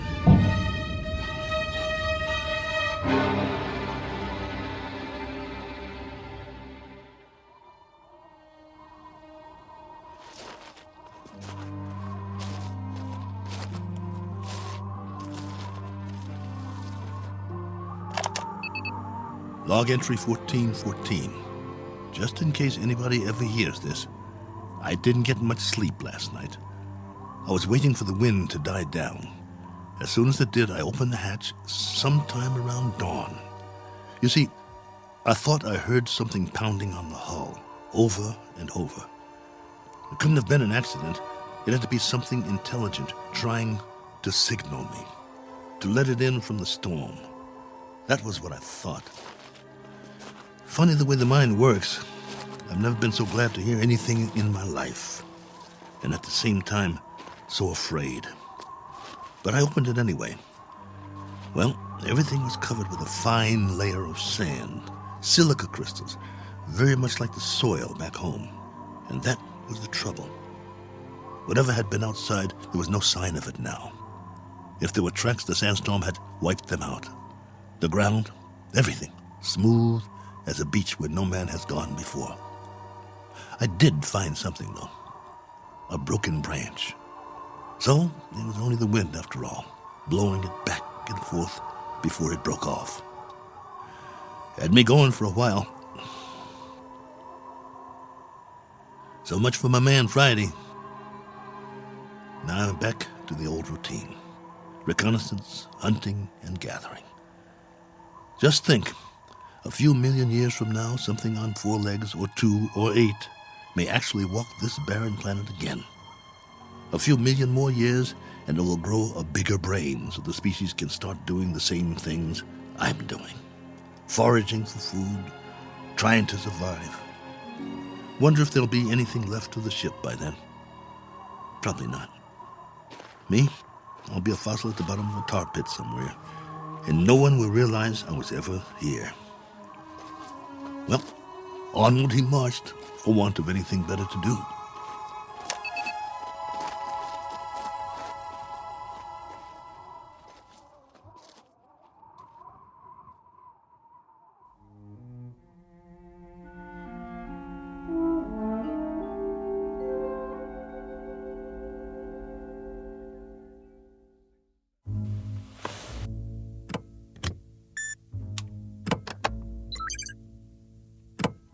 Blaine?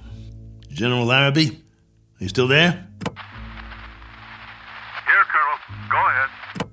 Well, you look like you haven't slept. Not much. And you? Not really. Up at dawn to do some hiking, north, east, south, and west. I had been hoping. Yes? Just a crazy dream I had. No sign of anything? It's a primitive planet. I'm very much alone here, after all.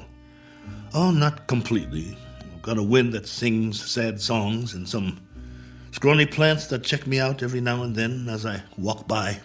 There might be some fruit trees that are edible down in the valley, if they're not poisonous. But that's it. That's all of it. I'm truly sorry. There used to be an old saying, if life gives you lemons, make lemonade. The only thing wrong is I can't even find the lemons. But don't worry, I'll keep trying. Not that this will provide any vast solace to you, but at 9 o'clock this morning, Colonel, we went to war. And? The whole eastern seaboard went up. You mean all of it? The cities, everything. It took 12 minutes. Exactly 12 minutes. I suppose we retaliated? Oh, indeed. With great alacrity and effectiveness. And we still are. With everything we've got. It was our old enemy? That's right, if it matters now. And the result of all this? Our world is doing a little wholesale dying at the moment. And there's nothing to do but watch it happen. What about the base? Are you safe? For the time being, our location's classified. Only you and a few others know where we are. The signal's encrypted. That's good then. Trouble is, we can't stay here much longer. There have been bombs as close as 400 miles from us, falling through the night. It's now a question, Colonel, of the manner of death. Very fast or very slow. It's that kind of consideration, not one we thought would ever be a reality. General. You know, it's really quite a pity that we didn't send others with you. What you think of as a prison might have proved to be a haven of sorts for the survival of the species. Don't have any illusions about it, General. What you think of as a haven is only a very sizable dungeon. A good-sized dungeon with a breathable air. But that's what it is, and there's no way out. I don't much care for solitary confinement, and neither would you. Unfortunately, both of us have very little choice in the matter.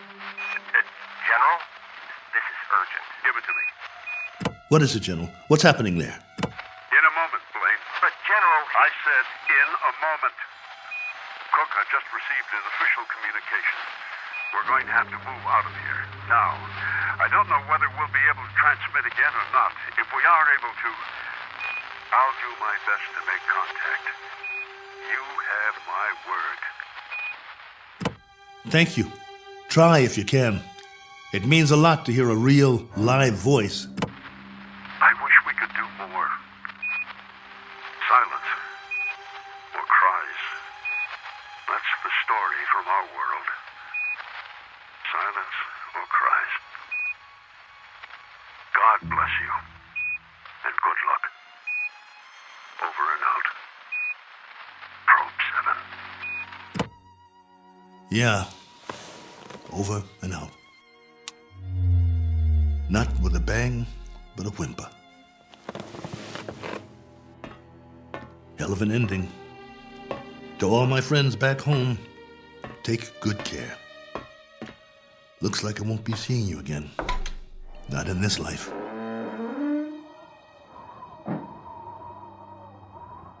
Time to start a new project. Chapter 1. The Memoirs of Colonel A.L. Cook. And I've got a very good memory. You wouldn't believe the stories I could tell. Who knows? After I'm gone, maybe someone else will crash here and find it. A lifetime of memories. Every sight, every sound, all the way back to the beginning. The kids I knew, the girls I dated, my friends, mom and dad, the first job, all of it. Every detail recorded for posterity. Has anyone ever done that before? Maybe people who keep diaries their whole lives, except that no one ever got it all down. Didn't have the time. But I do. All the time in the world.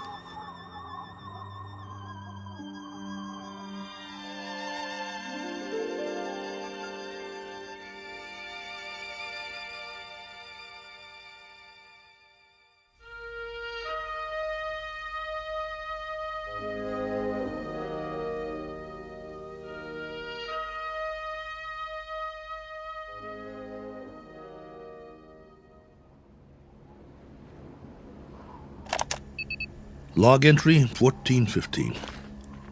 This one's for the record. A final official entry. From here on, it'll be the life story of Colonel A.L. Cook. Me, myself, and I. If for no other reason than to keep from going batty. But for now, it's a beautiful day, here on Primordial World. Ship's still standing, of course. You'd never know that's what it was. More like something from a scrap metal yard. The cost that went into building it, the man-hours, and for what?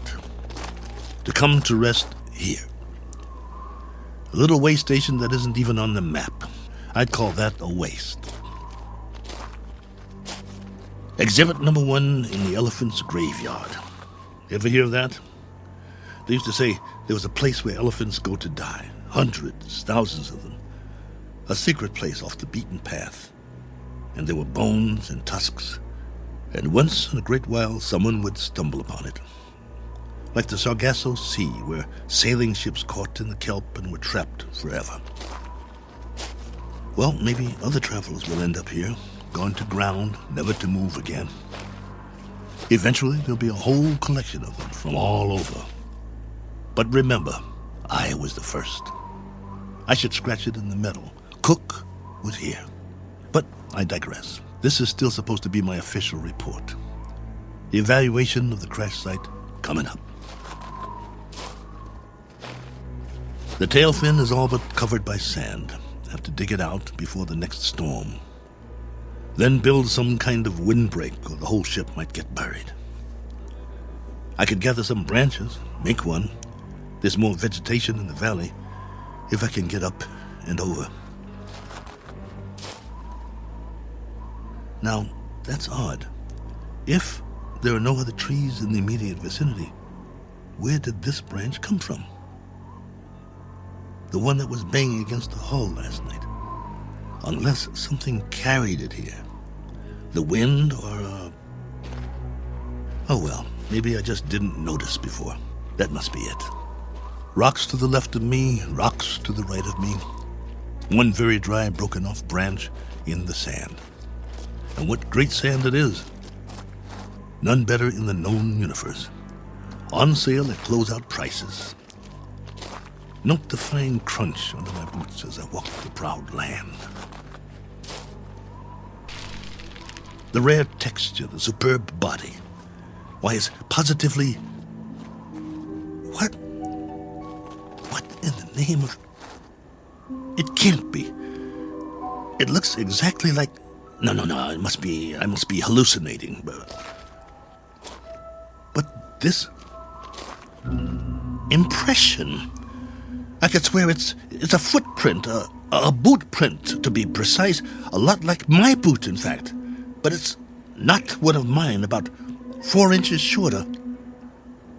But that's what it is. It is! Now hear this. Now hear this. I've got company.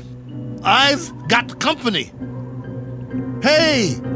Whoever you are, come on down. It's open house at my humble abode. It isn't much, but it's home.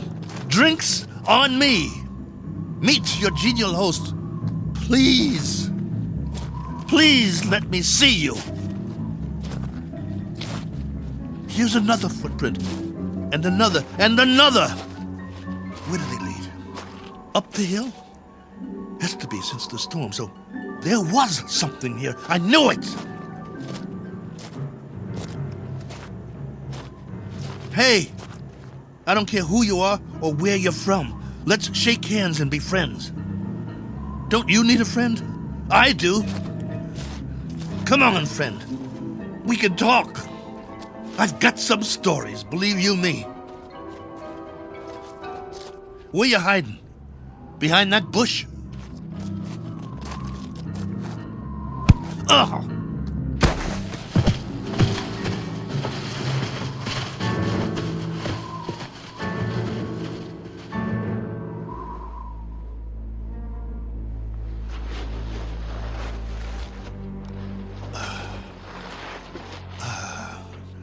Blood on my head. Something hit me. Why'd you do that?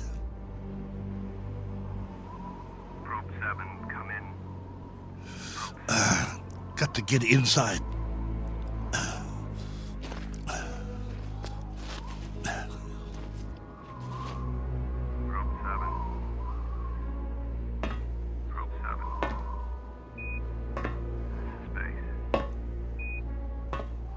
Get the hatch closed before they come after me.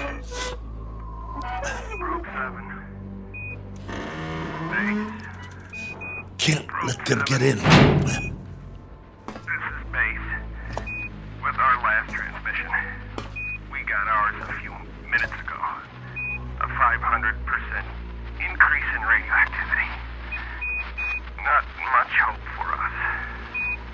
Colonel, this is General Larrabee. I wanted to wish you well. From what we can gather, the enemy got it just as bad as we did. We wiped them out. And they wiped us out. One last forlorn wish for you, Colonel. If you ever meet someone where you are, whoever they are, and however it happens, in whatever circumstances, I hope it can come without fear. I hope it can come without anger. That's what they're going to have to put on the stone. The one we'll all be buried under on our world.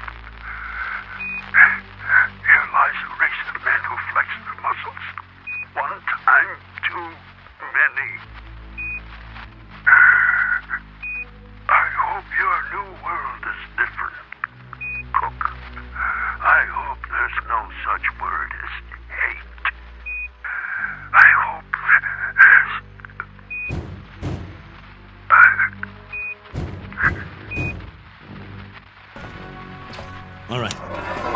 All right. I'm ready for you. You want in? Maybe I'll let you, and maybe I won't. It's up to you. You can be friendly, or you can be dead.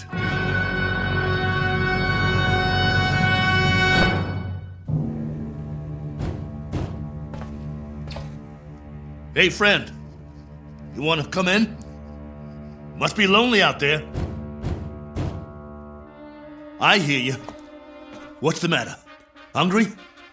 You're going to get a lot hungrier. Or don't you eat, friend? What do you say? Speak up.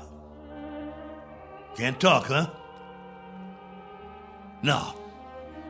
You only know how to hit. Take more than that to put me down. What'd you use, a tree branch? Not very friendly, if you ask me.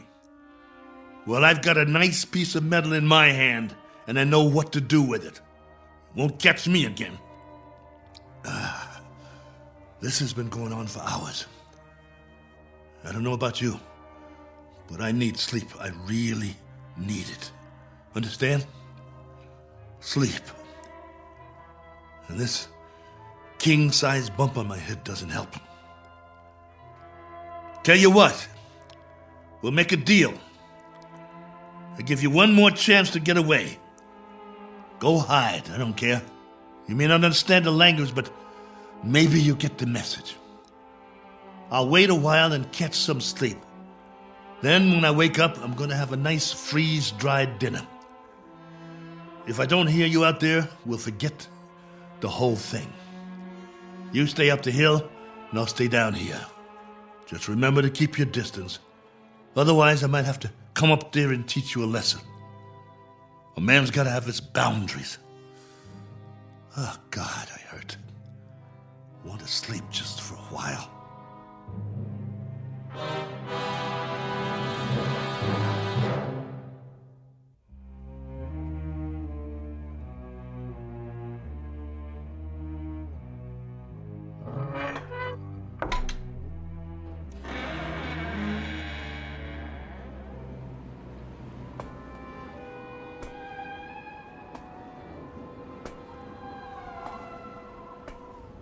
Hey, friend. Gotcha. Stay down. Pretty weak, aren't you? Let's see who you really are. Ituko. Miena. Manda. Manda. No. You're a woman? No, wait. Let's talk. Can't we talk about it? Do you understand anything I'm saying? Min. Oh boy. Look. My name is Cook. Colonel Cook. I'm from another planet. I crash landed here. Cracked up my ship. This is my ship, get it? Or it was. It can't fly anymore. Now I'm just a wingless spaceman with no place to go and all the time in the world to get there. All right, be that way. I'm not going to hit you. I'm putting my weapon down, see? Oh, what difference does it make? You're probably an illusion, and those prints you left on the ground, they're illusions too. I've been fighting a running battle between fear and loneliness, and loneliness took the prize. You can disappear any time now. Any time at all. Go on. Poof! In a puff of smoke.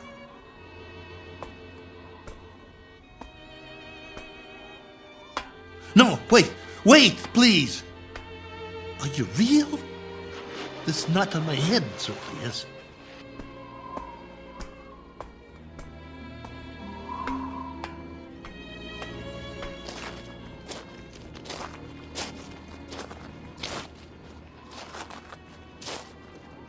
All right. Do whatever you want. Just don't go. Not yet. If you can't understand, I'll draw you a picture. Where's the stick? Look. Right here in the sand. This is my solar system. The sun in the middle, and this is my world. See? Omida? You got it. Now then, I went off course. I didn't have the power to get back. You know, power? Vroom, vroom. No good. So, I tried to land here, where we are.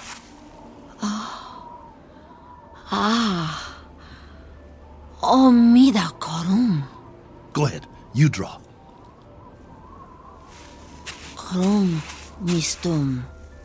Oh, that's your solar system and your world. You came from there. Let me see now. It went out of orbit. Is that it? Your planet left its orbit and moved away from the sun. And the line, that's where you went and where your world went, right? I'm sorry. What about now? Where's your planet now?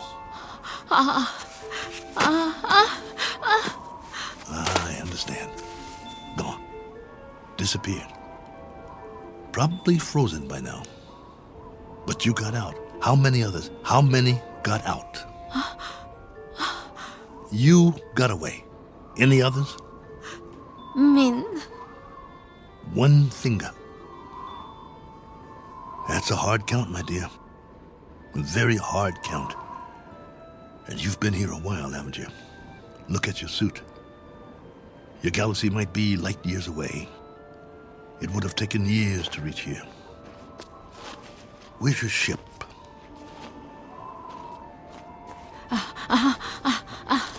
Ship. Where's your ship? It crashed too, didn't it? So you've been here a long time. A very long time. Me, Cook. Colonel Cook. You? Korava. Korava? Korava. Well, what do you know? I'm pleased to make your acquaintance. How does it figure? I thought you'd be a 50-foot flesh-eating ant or something. And you turn out to be a woman. Which is neither here nor there. Because however you slice it, we're stuck here. A one-armed man and one very tired lady. Quite a pair. What have you been living on? What food? You understand food? Eat? Well, I can offer you lunch or maybe it's breakfast. I'm not sure which. And some companionship. And we can spend the rest of our lives drawing diagrams in the sand, which will be somewhat tedious. But the brighter of us will have to learn the other's language eventually. I hope it's you. Because I got some stories to tell, believe me. Come, Korova. Eat. Food. In the ship. Chow time. Come along. Inside. Eat. Food. Food. Okawa? Okawa? No. Not that way. Come here. Food. Please come back. I'm not going to hurt you. Please. Okawa! Oh, for heaven's sake. Korova, please.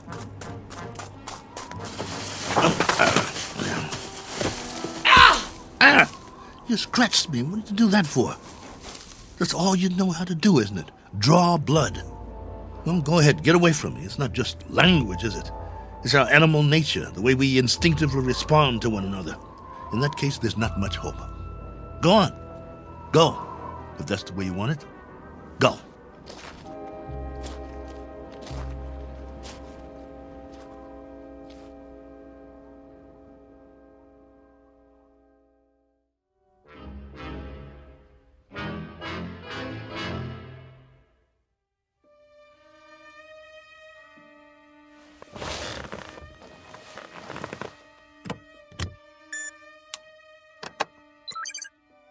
Base, this is Probe 7. The following is sent on faith, which is appropriate since this transmission is in the nature of a fairy story. I don't know under what heading you would classify it. Very likely space medicine or space opera. The long and the short of it is that I'm not alone here. There's a woman from another planet. Her name is Korova.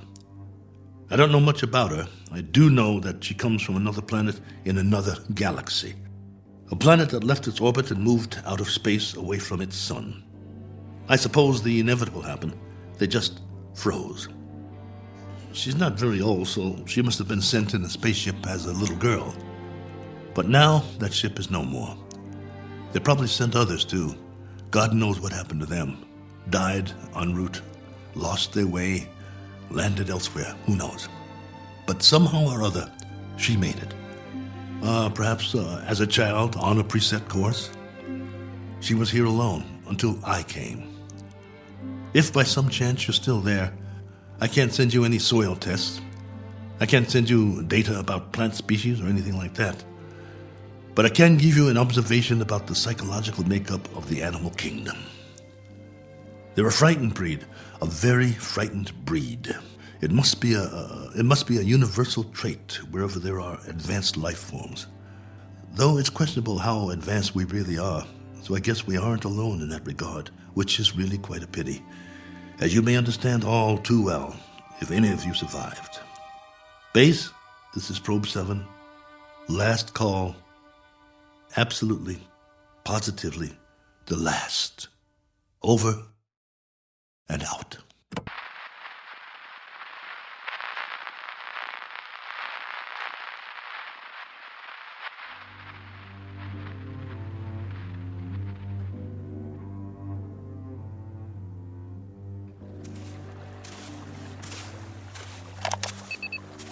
Log entry 1417. Well, the ship is history. I've left it for good. I finally made it up the hill and down the other side. And guess what? There's much more vegetation here. Fruit trees. Flowers as big as your head. And through it all, a stream of running water. I swear, it's like a garden. I brought what I need in a backpack. I'm going to set up shop on the banks of the river and try to live here, for better or worse. It will be the last great adventure. I only wish I could share it. Oh well, there's always posterity, if anyone should ever find this and play it back.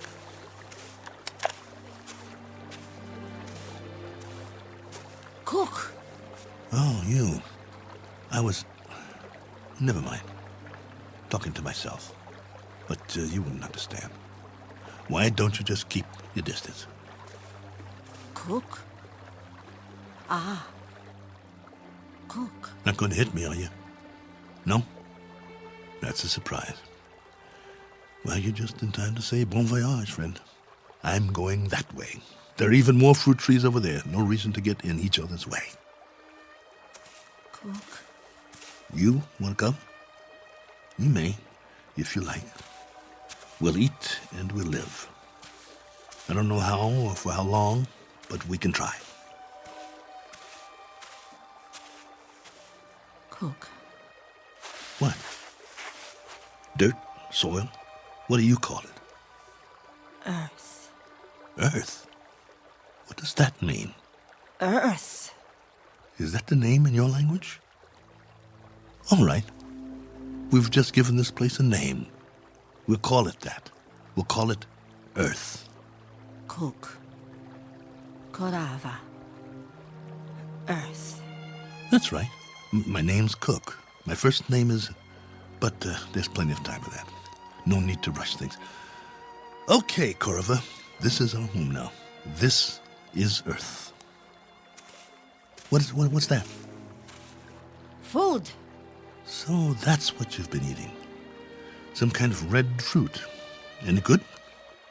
Food. Eat. All right.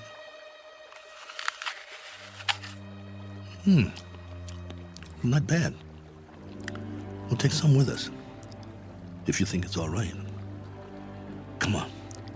I wanted to tell you something, but now I've forgotten. I guess we'll have plenty to talk about, though. This place, a new life after all. And after a while, we'll have new memories to talk about. Things we can share. Come along, then.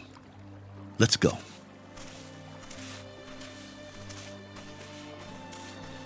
This fruit's all right. Any other life forms around? I hope not, for the moment. But if there are, we'll make the best of it, won't we? Pleasant enough place, don't you think? My leg's better. We'll explore as much of it as we can. No need to set up any boundaries, I guess. There's plenty for everyone. For you and for me. And it's a beautiful day.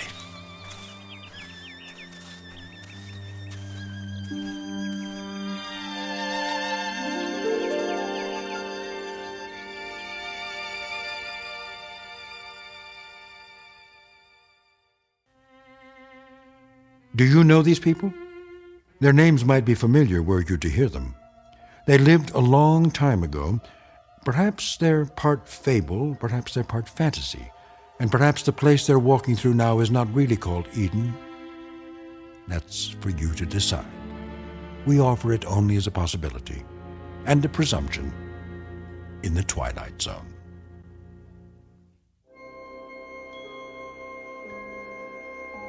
Hi, this is Carl Amari, producer of the Twilight Zone radio dramas. I'd like to take a moment to tell you about our official website at twilightzoneradio.com, where you'll get the latest news and information on these Twilight Zone radio dramas. Plus, at twilightzoneradio.com, you can digitally download 3 free episodes or any of our episodes for only $1.95 each. In this age of ever-changing technology, we've decided to make these episodes instantly available to you by making the Twilight Zone radio dramas a digital download-only series. This means that this series will no longer be offered on CD. The CD collections at our website are now being offered while supplies last at buy one, get one free. So be sure to get your favorites before they're sold out. Be sure to visit us often, and I'll see you in the zone.